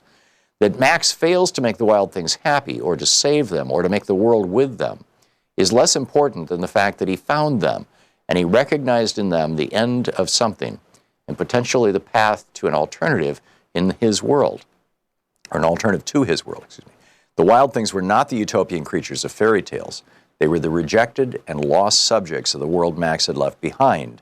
And because he shuttles between the Oedipal land where his mother rules and the ruined world of the wild, he knows the parameters of the real.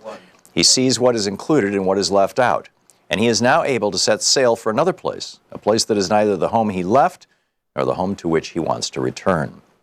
Moten and Harney want to gesture to another place, a wild place that is not simply the leftover space that limbs real and regulated zones of polite society. Rather, it is a wild place that continuously produces its own unregulated wilderness. The zone we enter through Moton and Harney is ongoing and exists in the present, and as Harney puts it, some kind of demand is already being enacted, fulfilled in the call itself. While describing the riots of London in 2011, Harney suggests that the riots and insurrections do not separate out the request, the demand, and the call. Rather, they enact the one in the other. The book is The Undercommons, Fugitive Planning and Black Study. Want to connect with the show online? You can find the Thom Hartmann Program on Facebook, Twitter, and Instagram.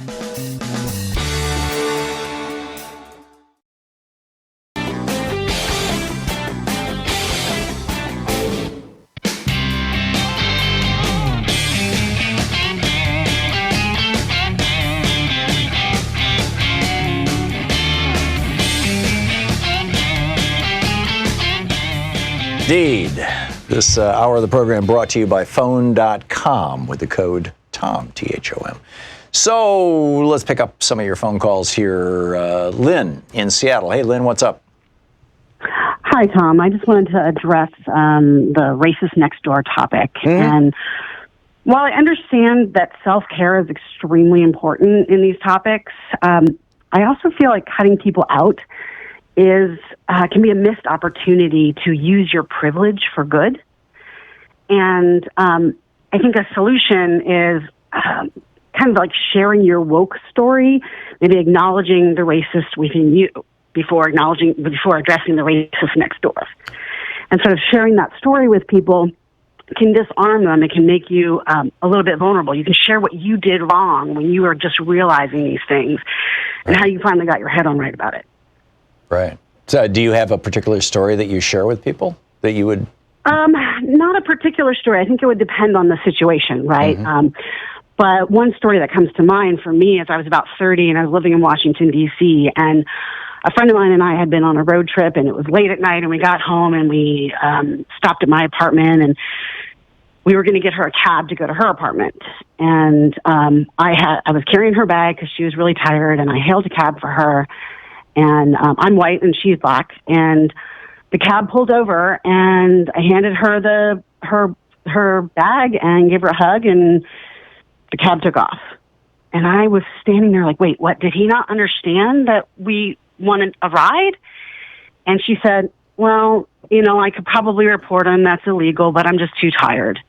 And for her, it was a regular everyday thing. And for me, I'm like about 30 years old, and this is I had known that it's hard for people to get a cab and things like that, but I just stood there and I was like, wow, I just saw that happen. Yeah. Amazing. That's great. Lynn, I applaud you, and I think, spot on what you're saying. Thank you very much, and thanks for sharing your story with us. I appreciate it. Mike in Oceanside, California. Hey, Mike, what's up? Hey, how you doing? Good. Can you hear me? Yeah. Okay. What's going on down here with our border and all that. What has really got me severely concerned is they're letting these people through with no inoculations. They can't provide the services, and they're bringing in all the diseases that we had finally gotten rid of. Measles, just up to 2000, we just eradicated measles, as far as I know.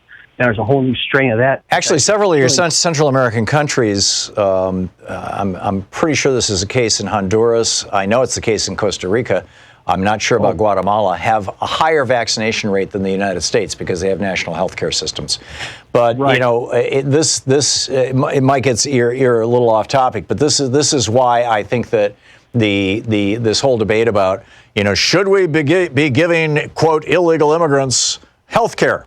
Well, of course we should, because you don't want somebody sitting next to you who may or may not be here without documentation, and maybe coughing on you or whatever, or serving your food. You don't want them to be sick. I mean, it's like, this is just common sense stuff.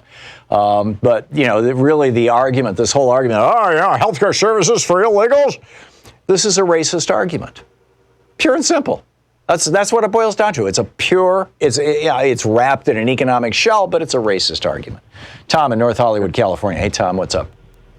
Hey, Tom. This is Tom Adler with GayandLesbianPages.com. Cool. And I just wanted to say that we, the people, are the government. We need to remember that. Mm-hmm. Second, I have been saying for years, and I've been calling the show, of course, and everything, that it's not pro-life or pro-choice. It's pro a woman's right to choose or pro the government's right to choose. Yeah. That's what the two dichotomies are. Yeah, I think we should start calling these police-enforced pregnancies. Yeah, either that or just like I said, it's pro a woman's right to choose, which I trust women to either choose to have a termination or not to have a termination, or pro the government's right to choose. And unfortunately, the government is mostly made up of men.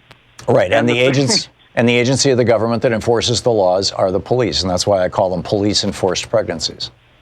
Exactly, but like I said, it's. I wish people would just get it. It's pro a woman's right to choose or pro the government's right to choose. Yeah. And all these people that are conservatives are so afraid of government and being involved in people's lives. It's like you want the government to choose the basic fundamental situation of a person. Right, So, and these are the same people who would decry big government. Yeah, spot on. Tom, thank you. It's great to hear from you, by the way. Dave in Tuscaloosa, Alabama. Hey, Dave, your thoughts? Yeah. Hey, Tom. Thanks for having me. Sure.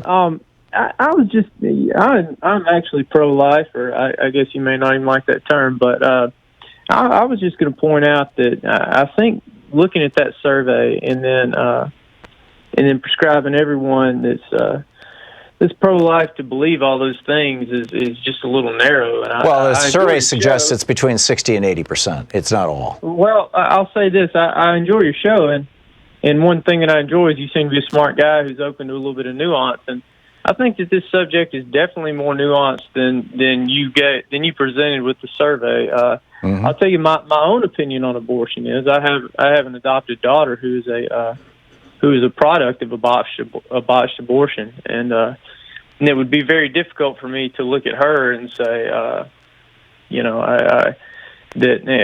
sure wish abortion would have been a little bit more easy access from your biological mother. Right, so if you want to reduce the number of abortions, Dave, the abortion rate in blue states is lower than it is in red states, because in blue states they have sex education in their schools, and birth control is more widely available. So the per capita abortion rate is actually rather dramatically lower in blue states compared to red states. So why not support policies that reduce the number of abortions, sex education and contraception? So you just assumed that I was against sex education or birth control? No, I'm not assuming either one. I'm proposing the question. Okay. Well, the answer is I'm not against that. And then my next thing was, you said this kind of led into your idea of what I do with the racist next door. I'll tell you this: I'm a white man, and my daughter is actually, she's biracial. But to conflate the two issues, from my perspective, I look at places like New York. More black babies were aborted in New York last year than born, and from my perspective, I see that as loss of life, and I find that heartbreaking. I don't know that statistic is true, and B, the rate. White women are more likely to have abortions than black women. Why are you using that statistic? Well, my point is that that's the kind of stuff that racists like Tucker Carlson use. Well, again, I think that you see that as racism. If I'm not even asking you to believe my viewpoint on abortion, I'm just asking that you believe that I really think that it's a. I'm of the opinion that my personal opinion on abortion is that I basically have no right to an opinion. I'm not a woman, but I do believe that women should be making these decisions for themselves. Period. Full stop. Well, I guess what I'm saying, if you think that the state should be making the decision for a woman, so you're in favor of police-enforced pregnancies. I suppose, but what about having the police insert themselves into the life of a woman? And I'm assuming you don't want the police inserting themselves into your life, right? You don't want the police coming out and checking out, how the vitality of your sperm, for example. Well, no. If I'm murdering people, I would want them to check up on me, but. That's so you're calling. I'm asking you to honestly believe that I believe that that's a lie. And if I honestly believe that, I'm not asking you to believe that. I'm asking you to believe that I believe that. Right. Then you would be able to say, well, then he really thinks that it's black and white babies being aborted. But by the way, I do disagree with your statistic. I know that there are more white abortions, but white women are more likely to have abortions than black women. That is not true. Okay, well, I'll have to look it up. It's not okay, entirely possible. It's entirely possible that I'm wrong, but that the larger question, I guess, is what does that have to do with anything other than demonizing black women? Well, it has to do with you conflating the two issues of being a racist and being pro-life. Well, my point is that most people who are racists are also misogynists. They also, the people who think that white men should be in charge of the world also think that men in general should be in charge of the world. Well, and I'm just saying, I mean, I have two adopted daughters, actually, and one of them is definitely the product of a botched abortion. And when she smiles, it's like the sun coming up, and she's actually a black child. And that's all wonderful stuff, Dave, if it's true, but it doesn't diminish my point. You don't want women to have the right to choose an abortion, presumably at any stage in a pregnancy. I don't think that is a human being until it starts being a human being, until it's viable outside the womb. That's the difference. And I'm assuming that you're being informed by religion, and I believe I'm being informed by science. Well, okay. Well, then, science. You tell me this: if a person is in a coma and they're not viable, should we kill them? That's a whole completely different topic. Dave, thanks a lot for the call. We'll be back. We're going to check in with Talk Media News here in about 4 minutes and find out what's going on in the world today. Stick around. We'll be right back.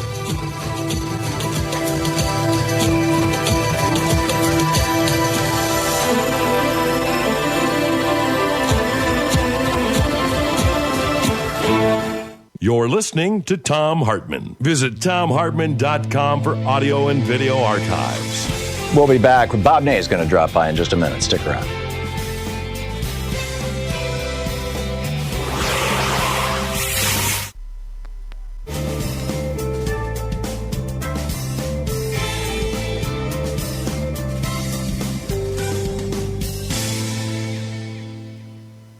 And welcome back. Janet in Richland Center, Wisconsin. Hey, Janet, what's up? Hi, I go to church in Florida, and most of those are fundamentalists, and I find them very prejudiced against Muslims. Like, they believe that Palestinians have no right to land at all, that Israel is contending with them. And then I go to a Bible study, and the leader gave me a Ben Carson article where Ben Carson said that Muslims have no right to be in Congress at all. Well, and this comes out of the Bible, Ishmael thing, who owns the Promised Land and all that. Right. To me, it's very, very, very troubling, and yet I don't dare face them because this is biblical. This is biblical, so I keep my mouth shut and I just... Well, slavery is biblical, too. Yes. I mean, the Bible endorses slavery. The Old Testament never condemns it. And in the New Testament, I mean, even Paul in the New Testament said, treat your slaves well. I mean, that's as close as he got, right? Yeah, it really is. It really is. Jenna, thanks for sharing that story. It's a remarkable one. Nancy in Elkhart, Indiana. Hey, Nancy, thanks for watching Free Speech TV. Yes, hi. The woman that just talked to you hit spot on what I was going to ask you about keeping your mouth shut.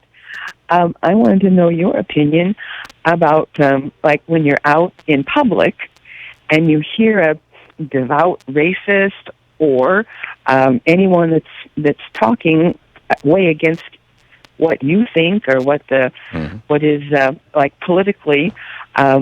When I hear someone talking about something that's very, very wrong, I was in McDonald's. And a man that was ordering, he ordered right next to me, and he said to the woman that was taking his order, she just made a mistake or something, and he said, please be careful with your language on the air here. Oh, yes. No. He said, it's a good thing you don't belong to a union. And she didn't know why. She was young, and he said it's a good thing Trump's listening. He made a very political statement, right? And it could have been racist, or anyway. But the point was, I said, now that's not true. I said that to him. Good on you. And one of my friends, touched me on the shoulder and said, "Now don't get involved." Right. Now, the reason why I applaud your getting involved, Nancy, is because I believe that the ideas are contagious. They're as contagious as the flu, and that when people are putting out ideas, destructive ideas, like destroying unions or racist ideas or whatever, that's contagious, and that when you put out a counter idea, when you simply say, well, that's not true. Unions have defended working people for a century now, and the destruction of unions is one of the reasons why this country is in such bad shape, or something like that. You're putting out a counter virus, essentially, a thought virus. Right. And well, that's kind of what I thought, but then me being someone who does get involved. Yeah, but some of your friends maybe are a little more averse to conflict. And I thought about, and this what that woman was saying. I mean, I don't want to put her down, but I think of a movie like, I don't know, I assume you're familiar with like Gentleman's Agreement. I don't recall having seen that. Oh, well, that's an old Gregory Peck. It's like To Kill a Mockingbird. Yeah. But the whole thing about it saying nothing is just as racist as being outwardly racist. Yes. Tolerating it is actually promoting it. Well said, Nancy. Okay, well, thank you. Mm-hmm. Thank you very much. We'll be back.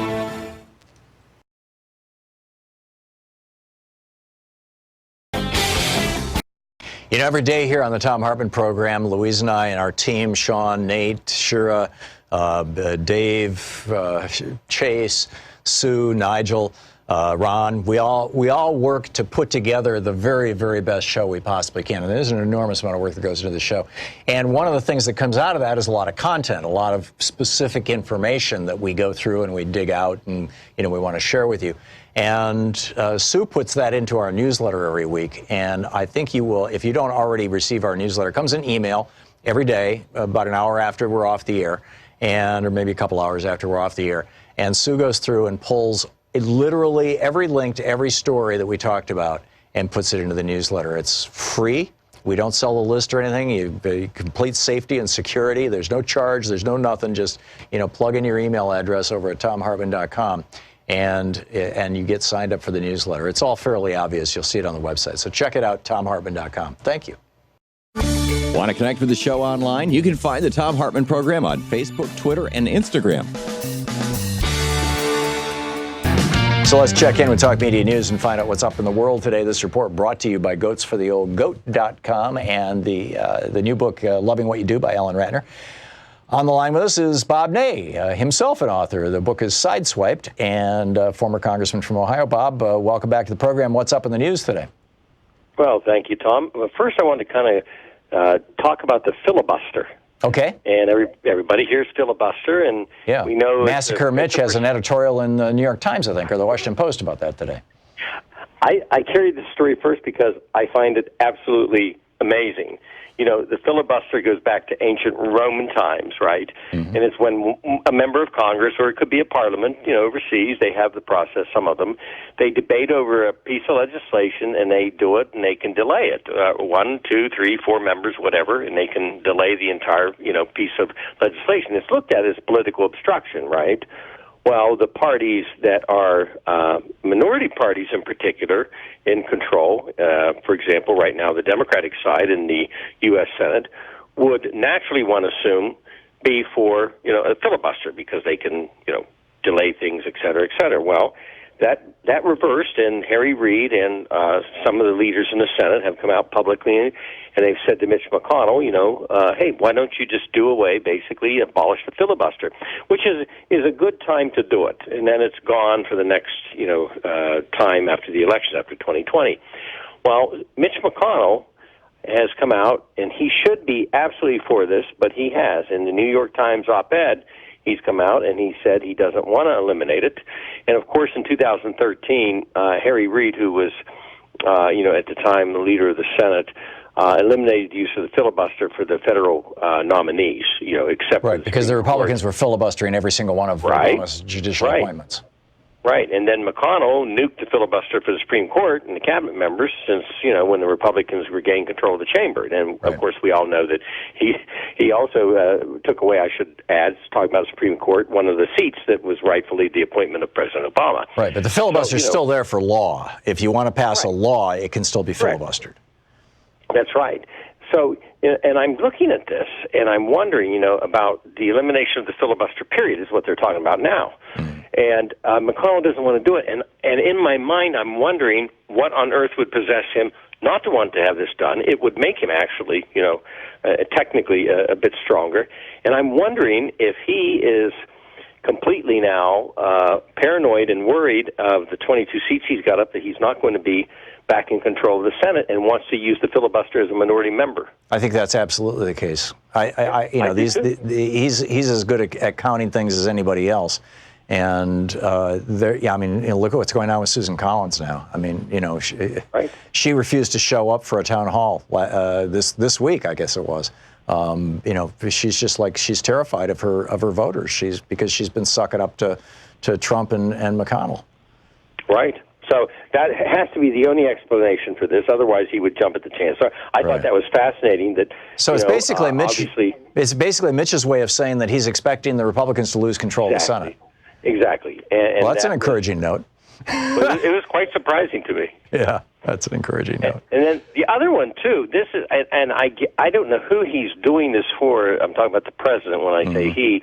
But there's a move by 4 big automakers to cut a separate deal with California on the nationwide emission standards. Now, these are standards that were placed in by President Obama, and the automakers, complained about them, of course, at the time, and they still aren't real happy with them. But they don't want to go to the extent that President Trump wants to go to, which is to freeze all of them.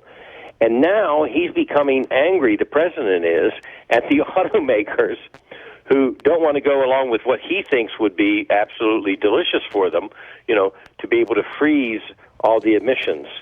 So I don't know if there's still somebody there that he's trying to do this for, because why would you continue to try to freeze something when the people that should be affected, the automakers, say, no, that's okay. We don't need the freeze. We're making arrangements with California and other states. Well, here's the deal. If with Trump's plan, it would cost consumers $460 billion over the next decade in extra fuel consumption. So who's selling the fuel? Okay. The Koch brothers. Yep, I got you. Right? I got you. So, and by the way, Trump's proposal is actually going to cost us 236,000 jobs because, using the old technology, you don't have to develop new catalytic converters. You don't have to develop more efficient engines. You don't need engineers. You don't need designers. You don't need to retool your production lines. You can just stay where you are. And it's going to make America so uncompetitive. Cars made in the United States will no longer be able to be exported because other countries already have higher standards. So it's stupid on every level unless you're in the oil business. And if you're in the oil business, Trump's plan makes perfect sense. That makes my life easier on the next stations I'm going to do, because everything you said makes exact sense. Yeah. I didn't dig into the story. $460 billion in extra fuel costs for the next 10 years. I figured there was something then. And the Koch brothers are billionaires because of selling oil. Exactly. Yeah. Wow. Yep.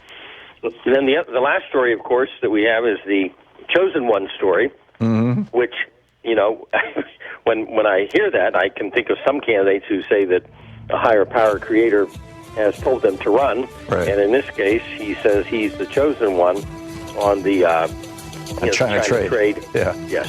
So I found that quite interesting, as everybody else is now. Well, I think he's using that language intentionally to provoke people to own the libs. Right? I think that's what he's up to. Anyhow, Bob Ney. Thank you, Bob. Okay, thanks. Great talking with you. We'll be back right after this. You're listening to Thom Hartmann.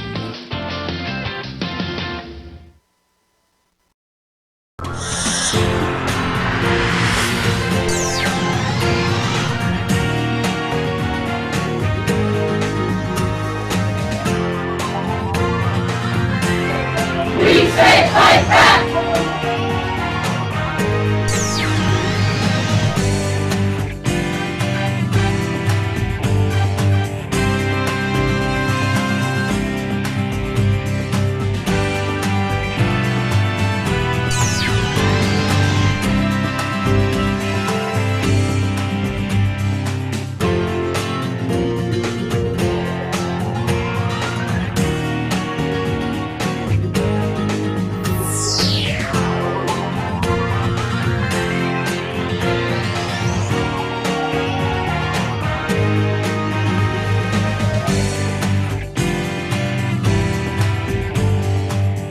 You know, every day here on the Thom Hartmann Program, Louise and I and our team, Sean, Nate, Shira, Dave, Chase, Sue, Nigel, Ron, we all work to put together the very, very best show we possibly can. And there's an enormous amount of work that goes into the show. And one of the things that comes out of that is a lot of content, a lot of specific information that we go through and we dig out and, you know, we want to share with you. And Sue puts that into our newsletter every week. And I think you will, if you don't already receive our newsletter, it comes in email every day, about an hour after we're off the air, or maybe a couple hours after we're off the air. And Sue goes through and pulls literally every link to every story that we talked about and puts it into the newsletter. It's free.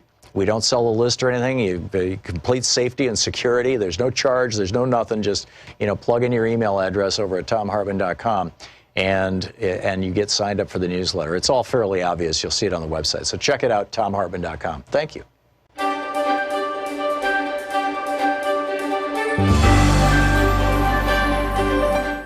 We're reading today from Truth in Our Times by David E. McCraw, Deputy General Counsel of the New York Times, the #2 lawyer for the New York Times. This is in Chapter 1, titled Election Day. It opens with a tweet from Donald Trump. The failing New York Times has been wrong about me from the very beginning. Sadly, I would lose the primaries. Said I would lose the primaries on the general election. Fake news. November 8, 2016. At 10 p.m., I made one last circuit of the newsroom. Our CEO, Mark Thompson, stood near the political desk, looking on with his wife and a small group of others connected somehow to the Times. Pennsylvania, Wisconsin, and Michigan remained in doubt, but the reality was sinking in. Donald Trump was on the verge of winning the American presidency. I'd been in newsrooms on election nights before. I know how it's supposed to be. The only thing that ever mattered was the horse race, think Gore-Bush, or the historic moment, think Obama-McCain. There was no investment in which candidate was winning. He or she was destined to disappoint in the long run. And the dominant emotion was a certain not quite cynical detachment amid the electric buzz of the vote count and projections and the anticipation of relief that the endless push of the campaign was finally over. Sure, you couldn't ignore the victories or the big picture moments, and the day after stories would be celebratory in their way, duly restrained, but with a nod to victory itself. Not unlike the next day account of a Super Bowl game or Game 7 of the World Series. Capture the triumph for a night or relish the race too close to call. Leave the dancing and crying for others, for the believers. But this night was like no other election night. There had been an investment, not just journalistic, but spiritual. Donald Trump had campaigned not just against Hillary Clinton, but also against the New York Times and the American press, the mainstream American press. And his astonishing rise to the top of the Republican Party had been built on his near daily attacks on facts, on the very idea that facts matter. For journalists who approach truth like a secular religion and who have seen 1,000 times how a single true story could gut the political career of a lying politician, it had been a year of faith-shaking disbelief. A line had not just been crossed, but obliterated. The shock was palpable as the numbers came in, laced for some with the fading hope for a different outcome among people who generally wanted nothing more than a story worth telling. And there was still a paper to put out, a reckoning to account for. It was too much on an already long night. I slipped away. At the elevators, I ran into Sue Craig and a guy who was obviously not from the Times. Sue had broken one of the biggest stories of the campaign. She was the one who went to her mailbox one day in September and found pages from Donald Trump's tax returns in an envelope. She introduced me to her acquaintance. He had once worked for Trump. I didn't ask why he was there. Like me, Sue had decided to get away. It's too weird here, she said. We all got on the elevator. Sue, who had written a devastating story about Trump, me, whose letter to Trump's lawyers had lit up the internet for a week in October, and one of Trump's guys. We rode in silence, a strange tableau on the strangest night of the year. 14 hours earlier, as I came into the building, the Times security guard had called me over. They wanted to make sure I knew about the plans for the next morning. In the quirky ways that things happen at the Times, I had become the lawyer to see for all the things that security guys encountered, from the intruder who pilfered women's shoes to the anonymous letter weaponized with razor blades. The Times was printing thousands of extra newspapers, and tables were going to be set up outside for all the people who would be showing up to buy the New York Times for posterity's sake. The headline, I later learned, was going to read, Madam President. We had been caught flat-footed 8 years earlier when Barack Obama had made history. By the time I arrived for work early in the morning of the 2008 election, the line was already starting to snake down the sidewalk. Soon there were hundreds of Obama supporters who thought, and why wouldn't they, that the place to buy a copy of the New York Times was surely at the New York Times. Lots of things happen at the Times building. Selling newspapers is not one of them. Employees were pressed into emergency duty to cart bundles of newspapers from the Times printing plant in Queens, and the long lines outside the building stretched on into the afternoon. But it was Obama's victory in 2012 that was on my mind this morning. I vote in a neighborhood that is predominantly black and middle class. In 2012, following a drumbeat of stories about how Republicans hoped to suppress voter turnout, I walked into my polling place at a local school 8 minutes after it opened. The line already extended back to the schoolhouse door. "Did y'all sleep here?" a guy wanted to know as he stepped into the foyer. On this morning in 2016, I had arrived before dawn. I was the only one in line at my precinct's table. That all seemed like a strangely distant memory as midnight approached. I had made my escape from the building with Sue and the Trump guy. At home, I sat alone in the glow of the TV screens as the states that mattered fell into place for the Republicans. I turned it off. Donald Trump was about to become president of the United States. The next morning, in a light drizzle on a gray November day, the newspaper sales tables were set up outside the building as planned. No one stopped. The vendors sat idly amid the stacks. There was no Madam President front page. Instead, the headline read, "Trump triumphs," and the first two paragraphs of the lead story talked about how the vote threatened convulsions throughout the country and made an early mention of those who had watched with alarm the rise of Trump. Nearly half the country had voted for the man. I had just spent a weekend in October back in rural Illinois, in my hometown, and for a moment I allowed myself to see the coverage through the eyes of the rest of America, where, at least for this one night, his victory represented a certain kind of hope that change was going to come at last. Truth in Our Times by David McCraw. Want to connect with the show online? You can find the Thom Hartmann Program on Facebook, Twitter, and Instagram.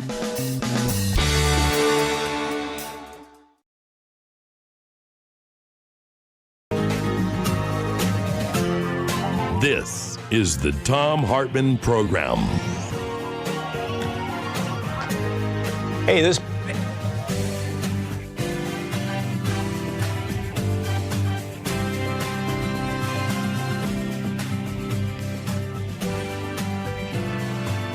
Welcome back. This hour brought to you by Phone.com, code TOM. And I wanted to talk about Medicare Advantage. We talked about this briefly. In fact, we talked with Alex Lawson about it a week or so ago. And it's becoming a crisis. Now, just for history, Medicare started in the 1960s. I think it was 67. But anyhow, it was back in the day. It was part of the Great Society, Lyndon Johnson's program. You know, continuing the legacy of John Kennedy. Medicare and Medicaid got rolled out, and Medicare it's a single-payer health care system available to people 65 and older. And period, full stop. And Robert Ball, one of the guys who designed the program, was very clear and explicit and wrote in his own notes and in his diaries and whatnot that their understanding was, and in fact their commission from Lyndon Johnson was, design a program that will work for people over 65 because the insurance companies don't want to insure these people. And they were dropping people from their insurance plans as soon as they got sick, and it was creating a real crisis. They're not as profitable. Design a plan for people over 65. The insurance companies will go along with this. We can get it passed through Congress, but make sure that plan can be scaled. In other words, we can, and in fact, Robert Ball figured that, by within 10, 15 years, everybody in America would be covered by Medicare. You just start lowering the eligibility age, 10 years, by a decade every year. So, if you roll it out in 67 and it's for people 65, 68, it's for people 55, 69, it's for people 45 and on until it's covering absolutely everybody. That was Robert Ball and Lyndon Johnson's idea. So then comes George W. Bush. And George W. Bush, back in the 1970s, when he ran for Congress from Texas, he ran for a seat in the House of Representatives. He lost. But he did run for elected office before he ran for governor, and his singular issue was privatizing Social Security. And the subtext of that, since Medicare is run by the Social Security Administration, was privatizing Medicare. And and like I said, George W. Bush lost when he ran on that. So then he becomes president. And as president, you'll recall, if you remember the 2004 election and what happened in the 12 months after that, after George W. Bush got reelected in 2004, he was sworn in on January 20th, 2005. And one of the first things he said in January of 2005 was that he was going to privatize Social Security. And I think you can presume Medicare as well, because they're kind of, they got kind of bundled together by LBJ. You want to sign up for Medicare, you have to go to a Social Security office, for example, something that probably people who are under 65 don't know. But, it's basically kind of one program. And as George W. Bush, as president, he famously said, I've got a lot of political capital coming out of this election, and I'm going to use that political capital. Well, what he was going to use it for specifically was privatizing Social Security and Medicare. Well, he couldn't get them privatized. In fact, he did a tour. He went on tour around the United States to do this sales pitch for privatizing Social Security and Medicare. And the more cities he visited, the more unpopular the idea became. Or the less popular the idea became. The more he talked about privatizing Social Security, won't it be great? You'll have control over your retirement money. And people were going, I kind of like Social Security. And finally, he gave up. Sort of. But in giving up, he did get something changed. He got Social Security partially privatized. This was passed during the George W. Bush administration. Thomas Scully was the administrator of Medicare and Social Security at the time, and he helped put this whole thing together. And it was called Medicare Advantage. And what it is you sign up for Medicare Advantage, and you're actually not getting your health insurance from the federal government. You're getting it from a private for-profit health insurance company. And in order to make it possible, keep in mind, this was something that the Republicans came up with during the George W. Bush administration as a way to partially privatize Social Security and Medicare.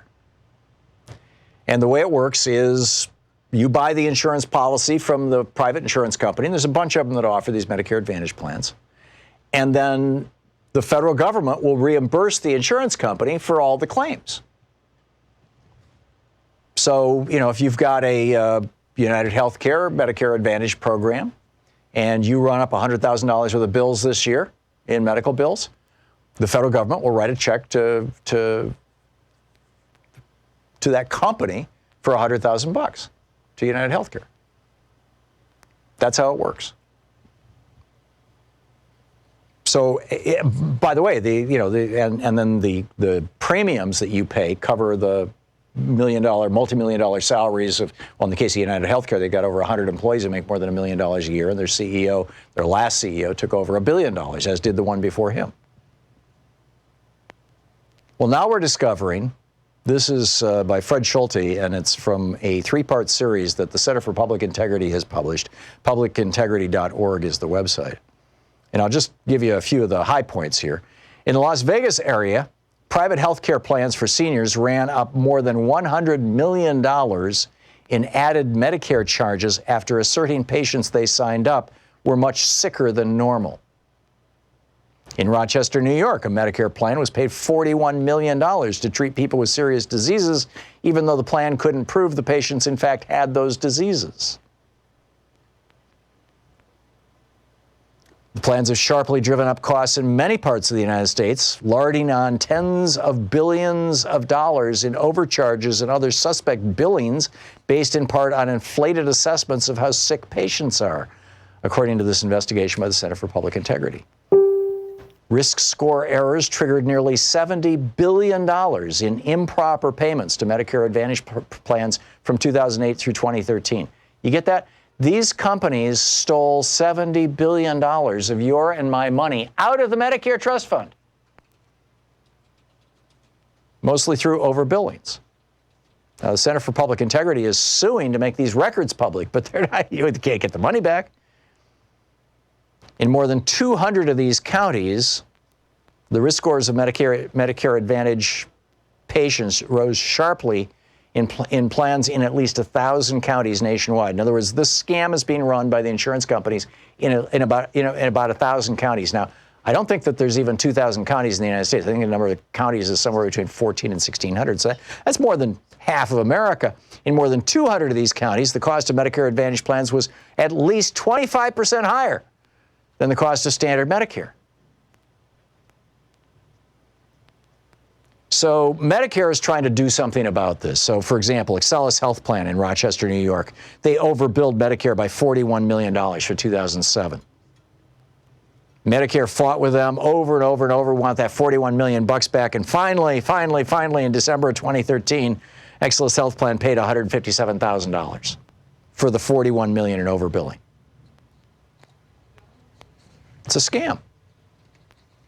Just like George W. Bush's privatization of Social Security would have been a scam.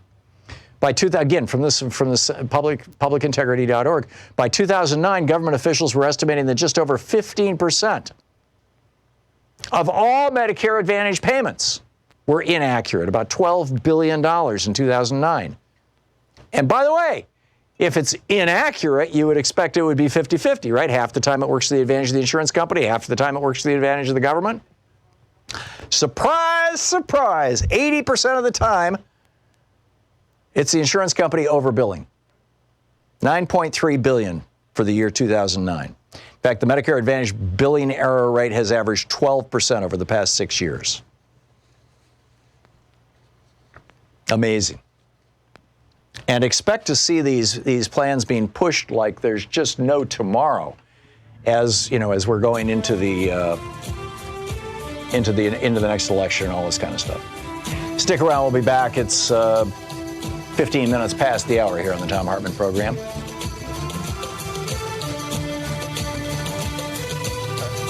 Amazing stuff. We'll be right back. Stick around.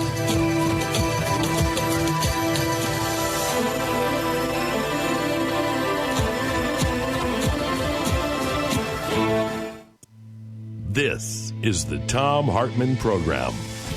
We have also been talking about, how do you deal with the racist next door, or the homophobe, or the misogynist, and how do we deal with the misogyny in the pro-life movement?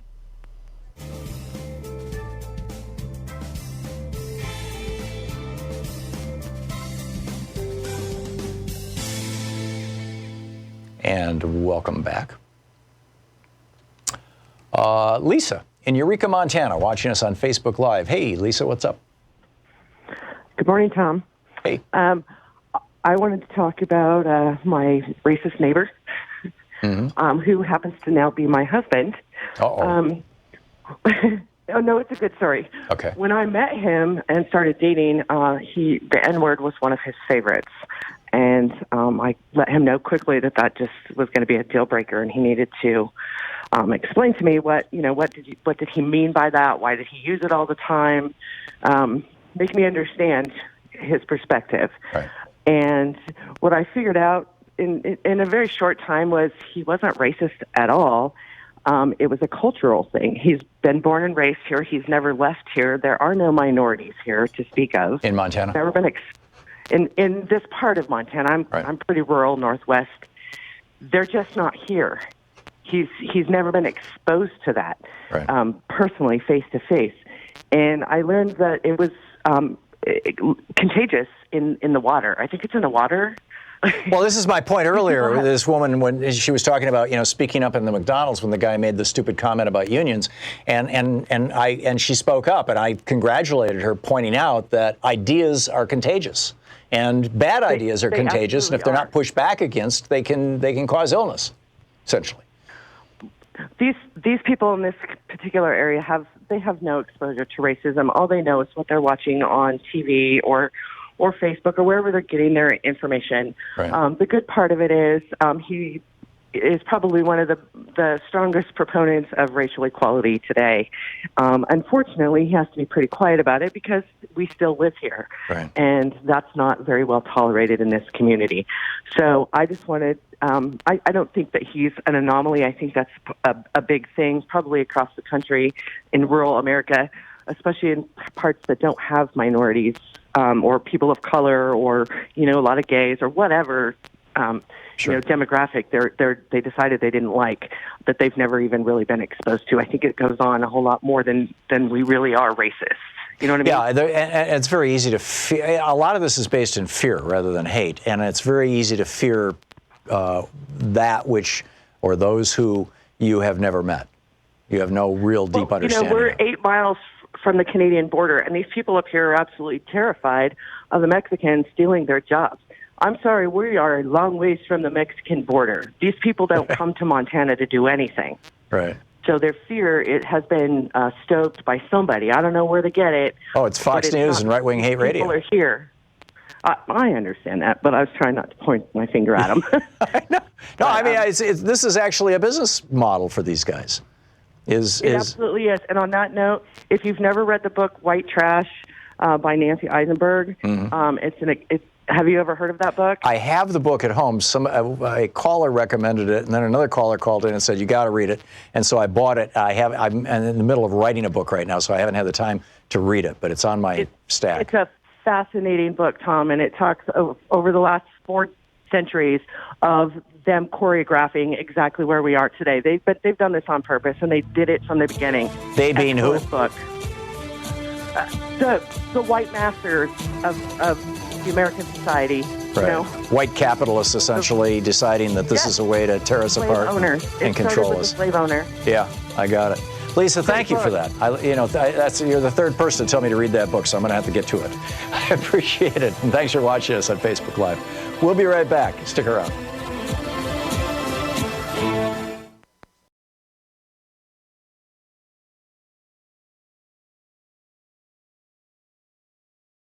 Every day here on the Thom Hartmann Program, Louise and I and our team, Sean, Nate, Shira, Dave, Chase, Sue, Nigel, Ron, we all work to put together the very, very best show we possibly can. And there's an enormous amount of work that goes into the show. And one of the things that comes out of that is a lot of content, a lot of specific information that we go through and we dig out and, we want to share with you. And Sue puts that into our newsletter every week. And I think you will, if you don't already receive our newsletter, it comes in email every day, about an hour after we're off the air, or maybe a couple hours after we're off the air. And Sue goes through and pulls literally every link to every story that we talked about and puts it into the newsletter. It's free. We don't sell the list or anything. You complete safety and security. There's no charge. There's no nothing. Just, plug in your email address over at thomhartmann.com. And you get signed up for the newsletter. It's all fairly obvious. You'll see it on the website. So check it out, thomhartmann.com. Thank you. Want to connect with the show online? You can find the Thom Hartmann Program on Facebook, Twitter, and Instagram.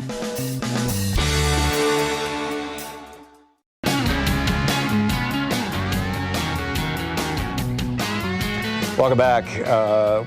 Donna in Denver. Hey, Donna, what's on your mind? Hey, Tom, this is Donna Smith. How are you? Oh, great. I'm well. How are you? Good, and I was so pleased to hear you talking about Medicare Advantage. I mean, the waste, fraud, and abuse that's happening in that program is breathtaking.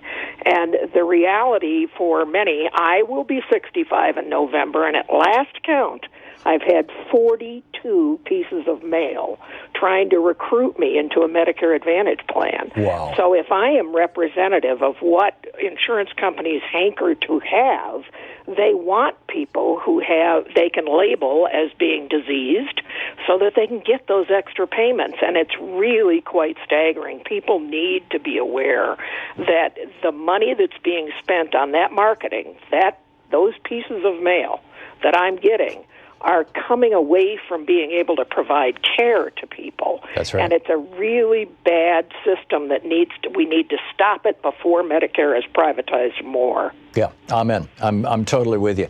Donna, thank you for sharing that story with us. That's remarkable.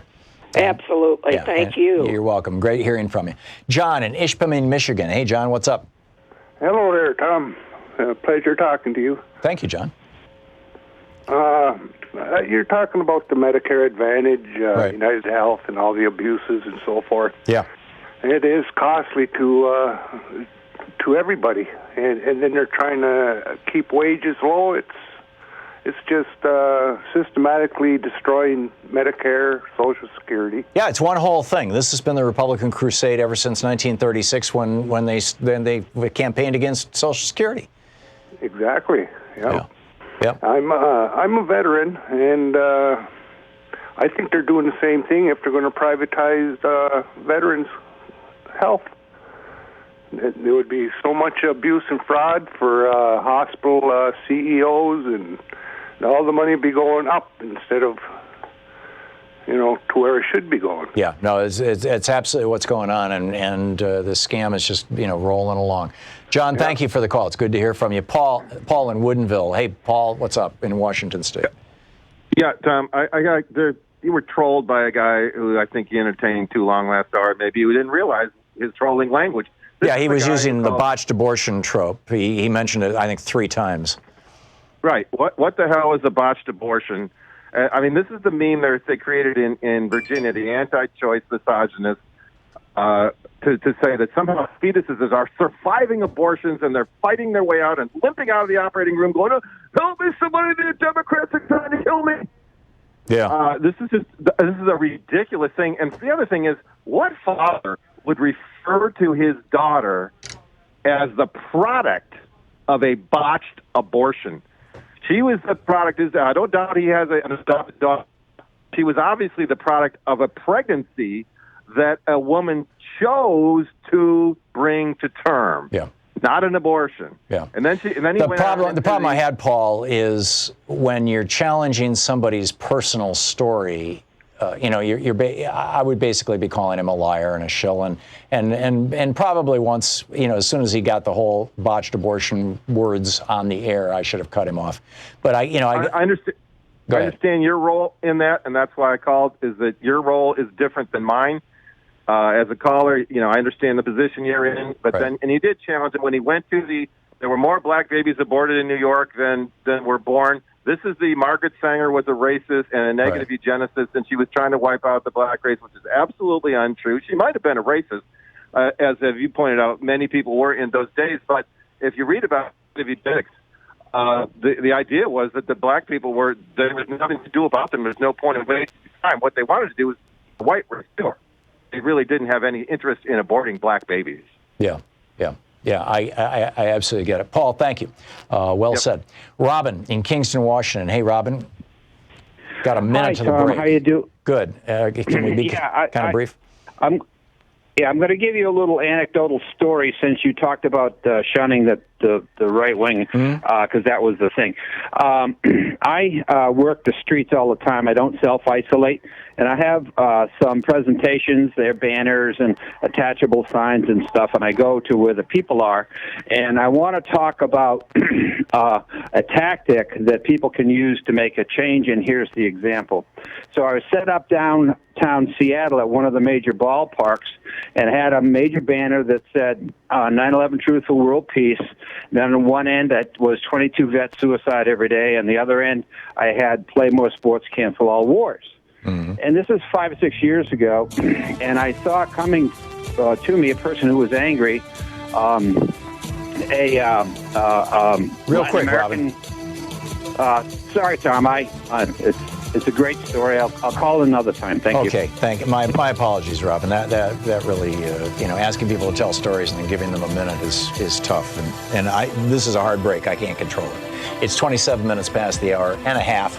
We'll be back with more of your calls in just a minute. You're listening to the Thom Hartmann Program. Call 202-808-9925. How do you deal with the racist next door? How do you deal with the misogynist? How as a culture do we deal with this hatred of women that has infected the so-called pro-life movement?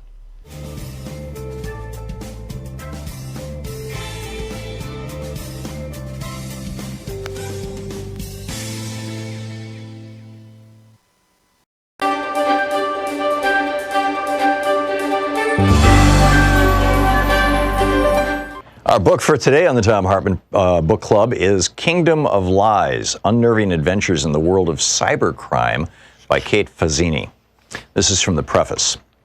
It didn't take me long in my career as a cybersecurity executive to figure out everyone was lying to me.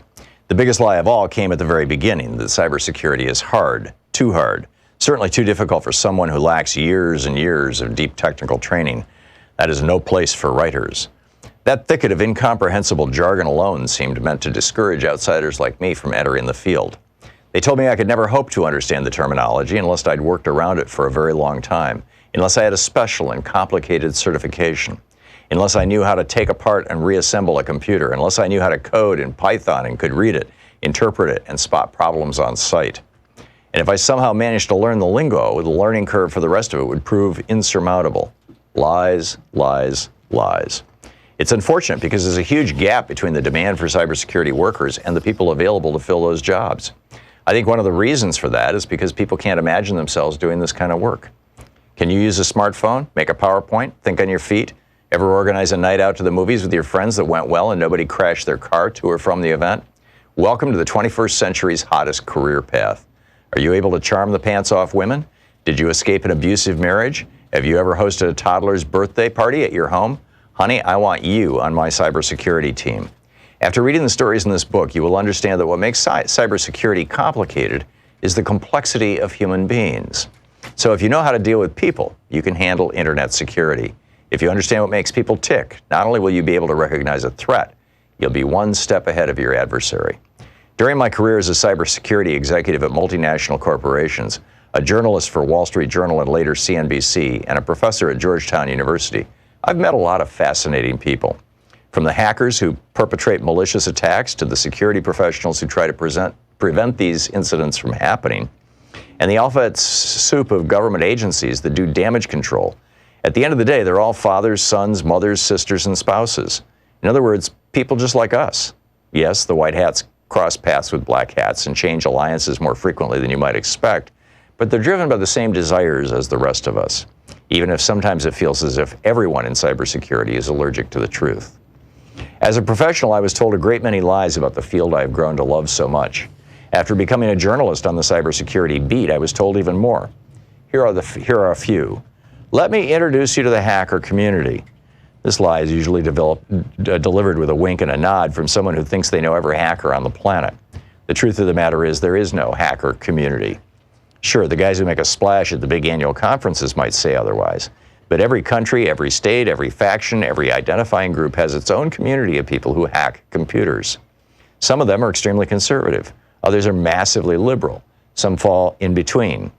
Some wear suits and ties and work as lawyers during the day, while others look like everyday citizens and have great people skills as they pursue the idiosyncratic agendas. Some are good guys who got fed up with low pay and boring duties and became criminals. Some are criminals who ended up being good guys. Many start and end their careers on either end of that spectrum. Some, including many you'll meet in this book, are extremely proficient hackers who have no time or inclination to identify with any community at all. As a journalist, I was astonished at the number of people who came out of the woodwork to offer me exclusive access to the hacker community. I couldn't help but notice that the members of the source's hacker community were often people just like him or her. My point is there are many different types of people working in this field, and I can guarantee you that a lot of them are exactly like you. Here's another lie. He's a luminary in the cybersecurity field. He's probably not. Fame and luminescence don't typically intersect in this field. The people I've met who are actual geniuses aren't famous, and most of them don't have social media profiles. They tend not to pontificate on areas outside their expertise. The people who are constantly headlining conferences and who are so often offered up to me for interviews have less insight than those who stay underground. Anything a high-profile hacker is willing to share typically carries with it a massive and crystal clear agenda that I've learned to spot from a mile away. Even if a conversation is off the record, the intel coming from a top government official or other marquee corporate cybersecurity name carries little novel information. The only people who have illuminated the way for me in this world, and in this book, have been genuine practitioners who never held a C-level title. You've never heard of them, and because I've changed their names to protect their privacy, you probably never will. They are luminaries not because of the degrees they've collected or the events they've headlined, but because they carry a lantern that guides the path for others. These types of people typically don't have a public relations team. One of my favorite lies, he doesn't know what he's talking about. This one is usually delivered by someone who asserts that he or she knows the cybersecurity field better than anyone else. These people will brag that they know what it's like to be a hacker and can do things that no one else in the room can do. I'm always wary of those who try to establish their bona fides by discrediting the expertise of other cybersecurity professionals. The depth and breadth of this field is so vast that anyone who works in it is an expert at some part of it. And I have yet to meet someone who is an expert at all of it, not even close. Every view of an incident is informed by the reviewer, what he sees, what her level of expertise is, and that changes over time. It's like asking someone who lives in the plaza to describe Manhattan. The book is Kingdom of Lies by Kate Fazzini. Want to connect with the show online? You can find the Thom Hartmann Program on Facebook, Twitter, and Instagram.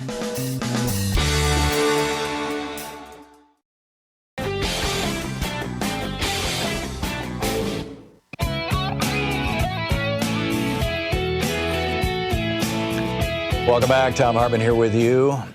Wow. Remarkable stuff. Let's pick up some of your phone calls here. Mary in Tucson, Arizona. Hey, Mary, what's up? Hi, I know you don't like Medicare Advantage, but without it, my mother and I would be basically homeless because we wouldn't be able to pay our medical bills. Well, that's why you get Medicare and a Medigap plan from a private insurance company. Again, something that the Republicans brought us, but then again, we'd have to be able to afford to pay for that. Right. You know, Mom and I are both just basically living on Social Security. So, right. You know, we're screwed no matter what we do. Yeah, well, this is the system that they've set up, and I get it. You know, I don't frankly understand why you can't go on Medicare instead of Medicare Advantage. But you know, because of all these subsidies, some of these Medicare Advantage programs actually offer, you know, some more benefits, or at least it looks that way on paper. The problem is that the insurance that you have right now, Mary, is actually private.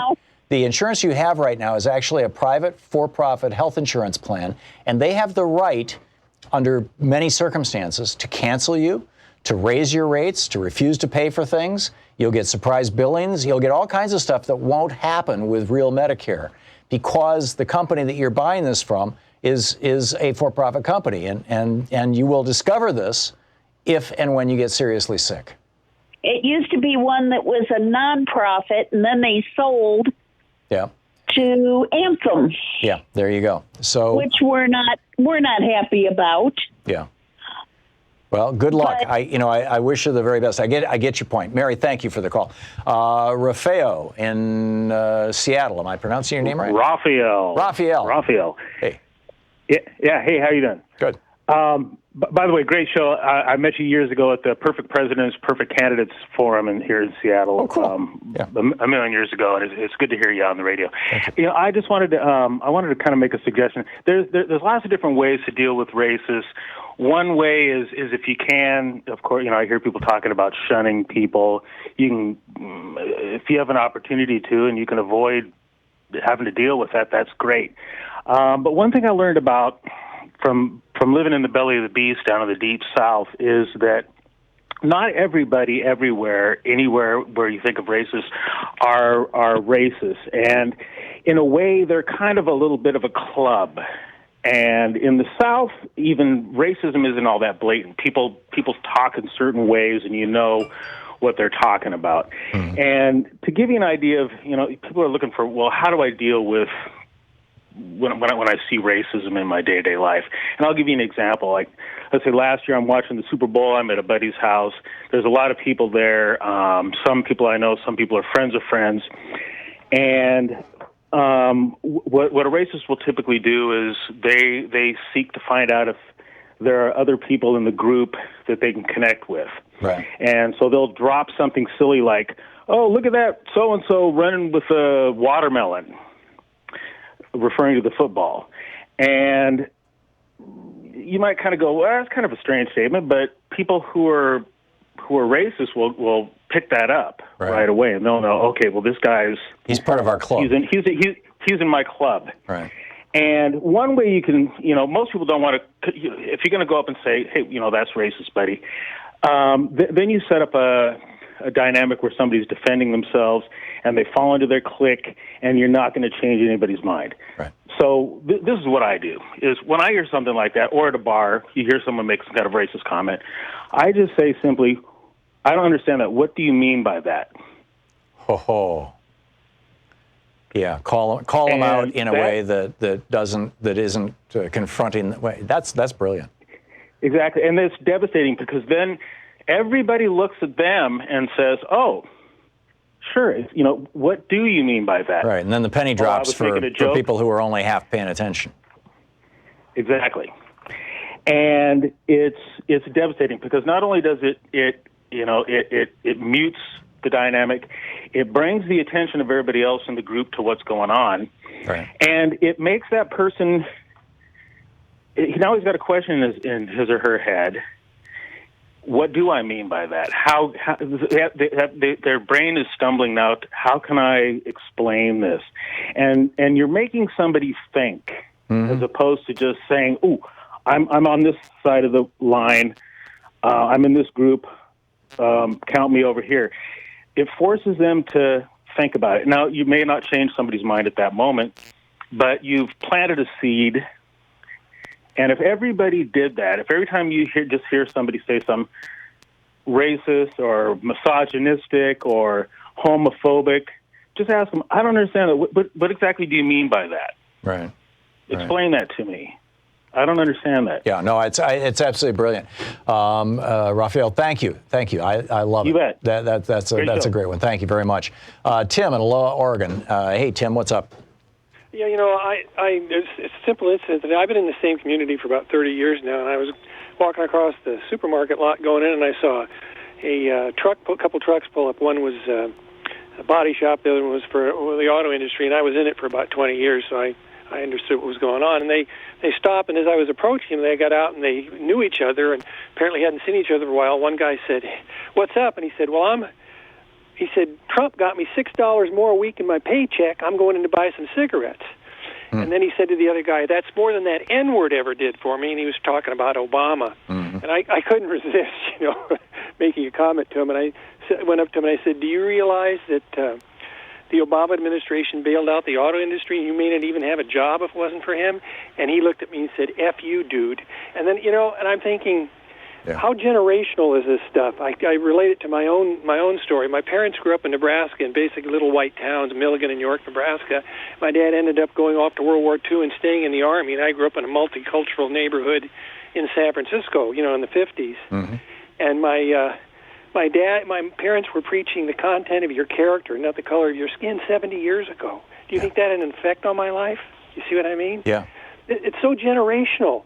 They didn't become racist yesterday, and they're not going to stop being them tomorrow. And you can imagine what how they go home and they continue these conversations. And this is in Oregon. Can you imagine what it's like in the backwoods of Mississippi and Alabama and stuff? Yeah. That's absolutely, and that's why it's so important, I think, to call it out. And we've heard a bunch of different ways to call it out today, and all of them are brilliant. And keep it up, Tim. Even when you don't change somebody's mind, at least you're causing them to think, well, maybe I shouldn't talk like this in public. That was not two important things in this world: communication and being informed. And if you don't have that, you might as well give up. Yeah, I'm with you. Thanks a lot for the call, Marjorie in Charlotte, North Carolina. Hey, Marjorie, what's up? Hi, Tom. How you doing? I'm well. What's on your mind? All right. I can't hardly hear you, but I'm doing the best because you're on your person that answered the phone told me to get it off speaker, so I'm going to do the best. I listened because I was listening to you for a long time now. I know. Holding. Yeah. And I heard all the different topics that I agree would come up. But I heard a question you asked, what do we do about it? And while I was hearing the health care issue, the racist issue, the abortion issues, I keep coming up with the same conclusion. And even more after hearing the last man that went off, it is confronting. And what I mean by confronting, I really believe the people, we need to come out and protest this. It's not just reporting. It's not something we say, and just rub it off. It is dangerous. I really believe what is going on is dangerous to the American people. It's poison. And we need to find a way to organize, get off of jobs, or the owners of jobs, if they care, how to close down one ship and allow, just like in China, just like in the UK, I believe it was, the American people need to protest, and not for a moment, but for a movement. This is what needs to be done. I really believe this, Tom. Yeah. Thank you. You're welcome. Marjorie, thank you. Thank you for sharing your perspective, and I completely agree with you. Very, very well said. Thank you. Jeff in Portland, Oregon. Hey, Jeff, what's up? Hey, good morning, Tom. Thanks for taking my call, and thanks for retweeting your May 31st interview with Street Roots. Shout out to Street Roots. They're great. Oh, yeah, they really are. Yep. Yeah. So, Tom, March for Our Lives is calling for Congress to declare a national emergency regarding the gun violence epidemic, and I would add to that national emergency for the epidemic of white nationalist domestic terrorism. Yeah, they seem to go hand in hand these days. And we really need to keep it in the national spotlight. And yesterday, March for Our Lives unveiled their peace plan for a safer America, which I urge everyone to check out and call on their members of Congress to endorse. But Tom, beyond these immediate crises and pursuant to your conversation today with Professor Wolf, as Trump ramps up the extremism with his tweets and policies, despite the Democrats having 2 of our 3 leading candidates being unabashed progressives, are you as concerned as I am that the chorus from the corporate media will grow louder and louder, proclaiming we just need to play it safe and stay in the so-called center, which is actually the surest way for us to lose, as 2 recent posts on Salon brilliantly argue, one from August 14th by Sophia McLennan and one from August 17th by Paul Rosenberg. I don't know if you saw either one of them. Yeah, I did, and I agree with the sentiment, and I've said it on this program that I think that if the Democratic Party re-embraces the neoliberalism that they first embraced in 1992 for the first time in a century, if the Democratic Party re-embraces that, you're going to see Donald Trump as president again, and it won't be a good thing for the party, and it won't be a good thing for the country. And beyond that, though, I don't want to get into this particular candidate or that particular candidate, because I think that any of these candidates have the possibility of redemption or becoming progressives as they figure out, and this is what politicians do, figure out what the people want, and then go to the front of the line. I've seen some encouraging signs, but we'll see where this goes. We'll be right back. It's 45 minutes past the hour. You're listening to Thom Hartmann. Visit ThomHartmann.com for audio and video archives. Did you see the Brazil elected the Donald Trump of Brazil, Jair Bolsonaro, and he cut back on the Amazon. Now it's on fire. The time has come for American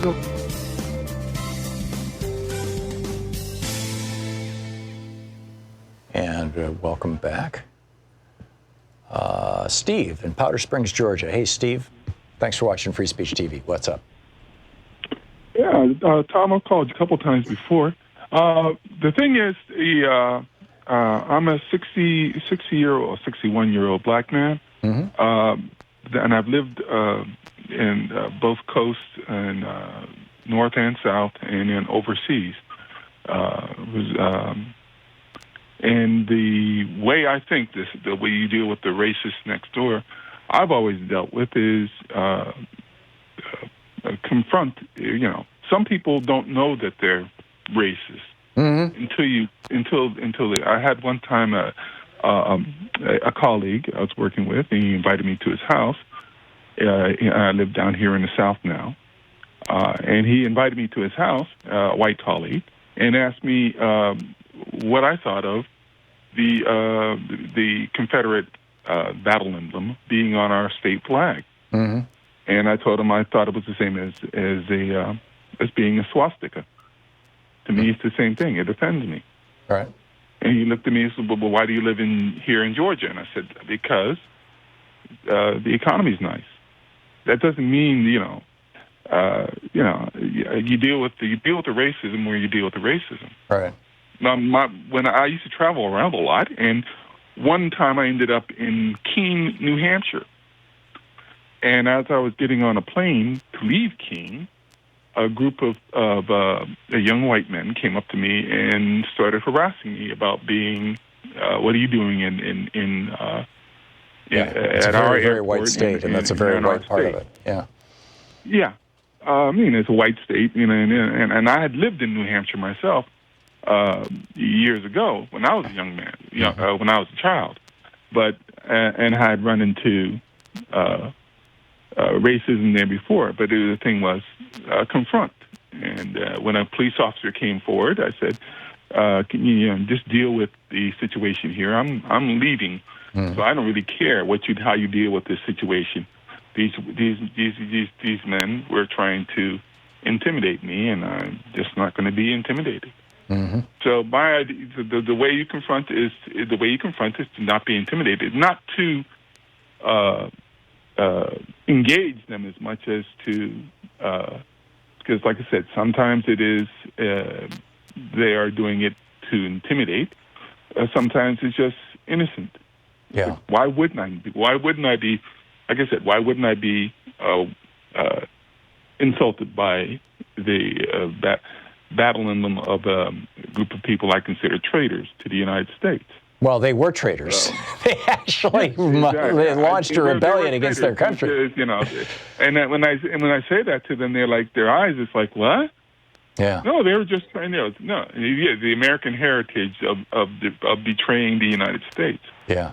I mean, I actually saw them marching in a 4th of July parade with a Confederate flag. Which is bizarre because they were trying to overthrow the country that was founded on the 4th of July. Yes. And when I pointed out to my white colleagues, my white friends, my white compatriots at the time, they were like, "Oh, you're right." Yeah. Yeah. I thought about putting myself in rags and chains and marching behind them in the parade, but oh wow, didn't work out that way. I just that would have been I have my own thing I was doing. Yeah, that would have been a heck of a statement, Steve. Steve, thank you for the call. Thanks for sharing your story with us.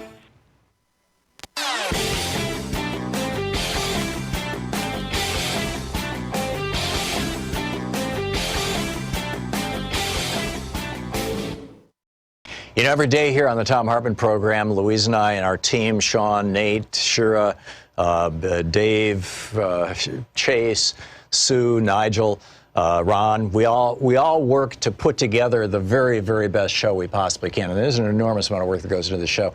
And one of the things that comes out of that is a lot of content, a lot of specific information that we go through and we dig out and we want to share with you. And Sue puts that into our newsletter every week. And I think you will, if you don't already receive our newsletter, it comes in email every day, about an hour after we're off the air, or maybe a couple hours after we're off the air. And Sue goes through and pulls literally every link to every story that we talked about and puts it into the newsletter. It's free. We don't sell the list or anything. You complete safety and security. There's no charge. There's no nothing. Just plug in your email address over at thomhartmann.com. And you get signed up for the newsletter. It's all fairly obvious. You'll see it on the website. So check it out, thomhartmann.com. Thank you. Want to connect with the show online? You can find the Thom Hartmann Program Thom Hartmann on here Facebook, with you. Twitter. And let's see here. Tom in Portland, Oregon. Hey, Tom, what's on your mind? Hey, Tom, I'm going to try to be brief because I want to say kind of a lot in 4 sentences. And I'd like to hear your reaction to it. So this kind of is about a lot of things on your show. First off, I want to say to pro-life men who focus on abortion, compulsory pregnancy is as abhorrent as compulsory organ donation. If you are really pro-life, you should support Medicare for All. It's the ultimate pro-life plan because it would take away the biggest obstacle that a lot of people face to being a successful parent or a successful organ donor, and that is our for-profit medical system. Fine, and then group Medicare for All is mathematically sound because the lowest possible premium comes from the largest possible group. That's a mathematical certainty. The largest possible group is everybody. The final thing I want to say has to do with racism. We do not have Medicare for All because, unfortunately, we have a large percentage of this country that doesn't want people of color to thrive. Yes. And so they have made a decision. They would rather spend more and have people do without medical care. They would rather spend double. So if you want to be pro-life, Mr. Guy who's raised this child, and I congratulate him, vote for Bernie. Go door to door in your community. tell people this story. Tell people if we get Bernie in the office, abortions will plummet. And, and it's... Yeah, I get it. And it's by the way, it's not unique to Bernie, but yes, I mean, there are several supporters of Medicare for All. And your point, which you just kind of mentioned in passing, but I think it's a really important one. We did probably an hour on it a couple of days ago on this program, is that the reason why, and the New York Times did some really good in-depth investigative reporting on this, the reason why we don't have a national health care program, and we're the only developed country in the world that doesn't, is, as you said, because of white racists, mostly Southern white racists, who have fought it for years simply because they don't want black people to benefit from it, even though... Well, unfortunately, it's alive and well in Oregon, too, that kind of racism. Oh, yeah. You get into. Yeah, absolutely. Anytime I get into this subject of Medicare for All, when I take away the mathematical objection, it just breaks my heart. But in conversation, anywhere you go in this country, it'll come down to it. Somebody will tell you, my real objection is, I don't want lazy people to have the same medical right, care and that being code for more often than not being code for race. Right, like Biden's slip up. Yeah, exactly. I got it. Tom, thanks a lot for the call. Lucretia, actually I don't see where you're calling from, Lucretia. What's up? I'm calling from Los Angeles. Good afternoon, Tom. Hi. My reason for calling is being an African American woman and dealing with racism.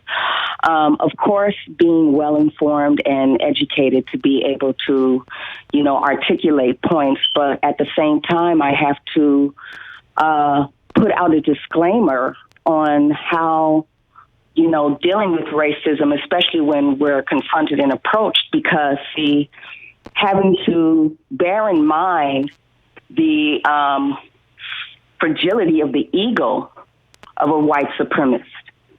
When you're speaking to them and you're bringing about these facts, the kind of anger that kind of swells from that coming from someone that's considered an uppity black. So it's like to even have to have that kind of disclaimer.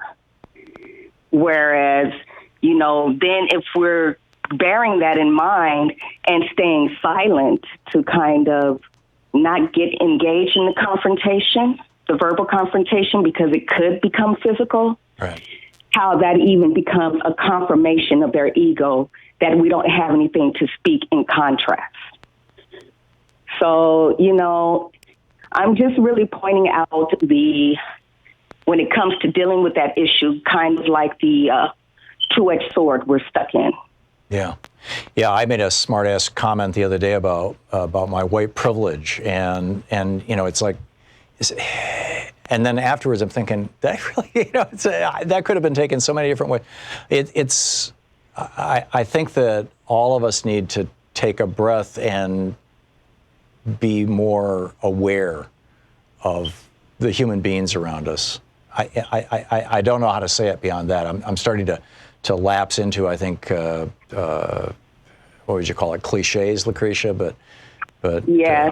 I had an incident with my daughter. She was shopping at the Dollar Tree in Chatsworth, and she had just a head wrap on her head. She's not any religious affiliate, but she had a white male ask her what she had under her scarf. Oh, geez. And she's looking at him like, well, hair. Yeah, right. Lucretia, I'm sorry we're out of time, but thank you for sharing that story, and thanks for a thoughtful call. I do appreciate it. We'll be back tomorrow, same time, same place. In the meantime, don't forget, democracy in a republic is not just, some magic thing. It's the result of a lot of hard work. And if we're going to take this country back from Trump and the crazies, it's going to be a lot of hard work. So get out there, get active, tag, you're it. We'll see you tomorrow. You've been listening to Thom Hartmann.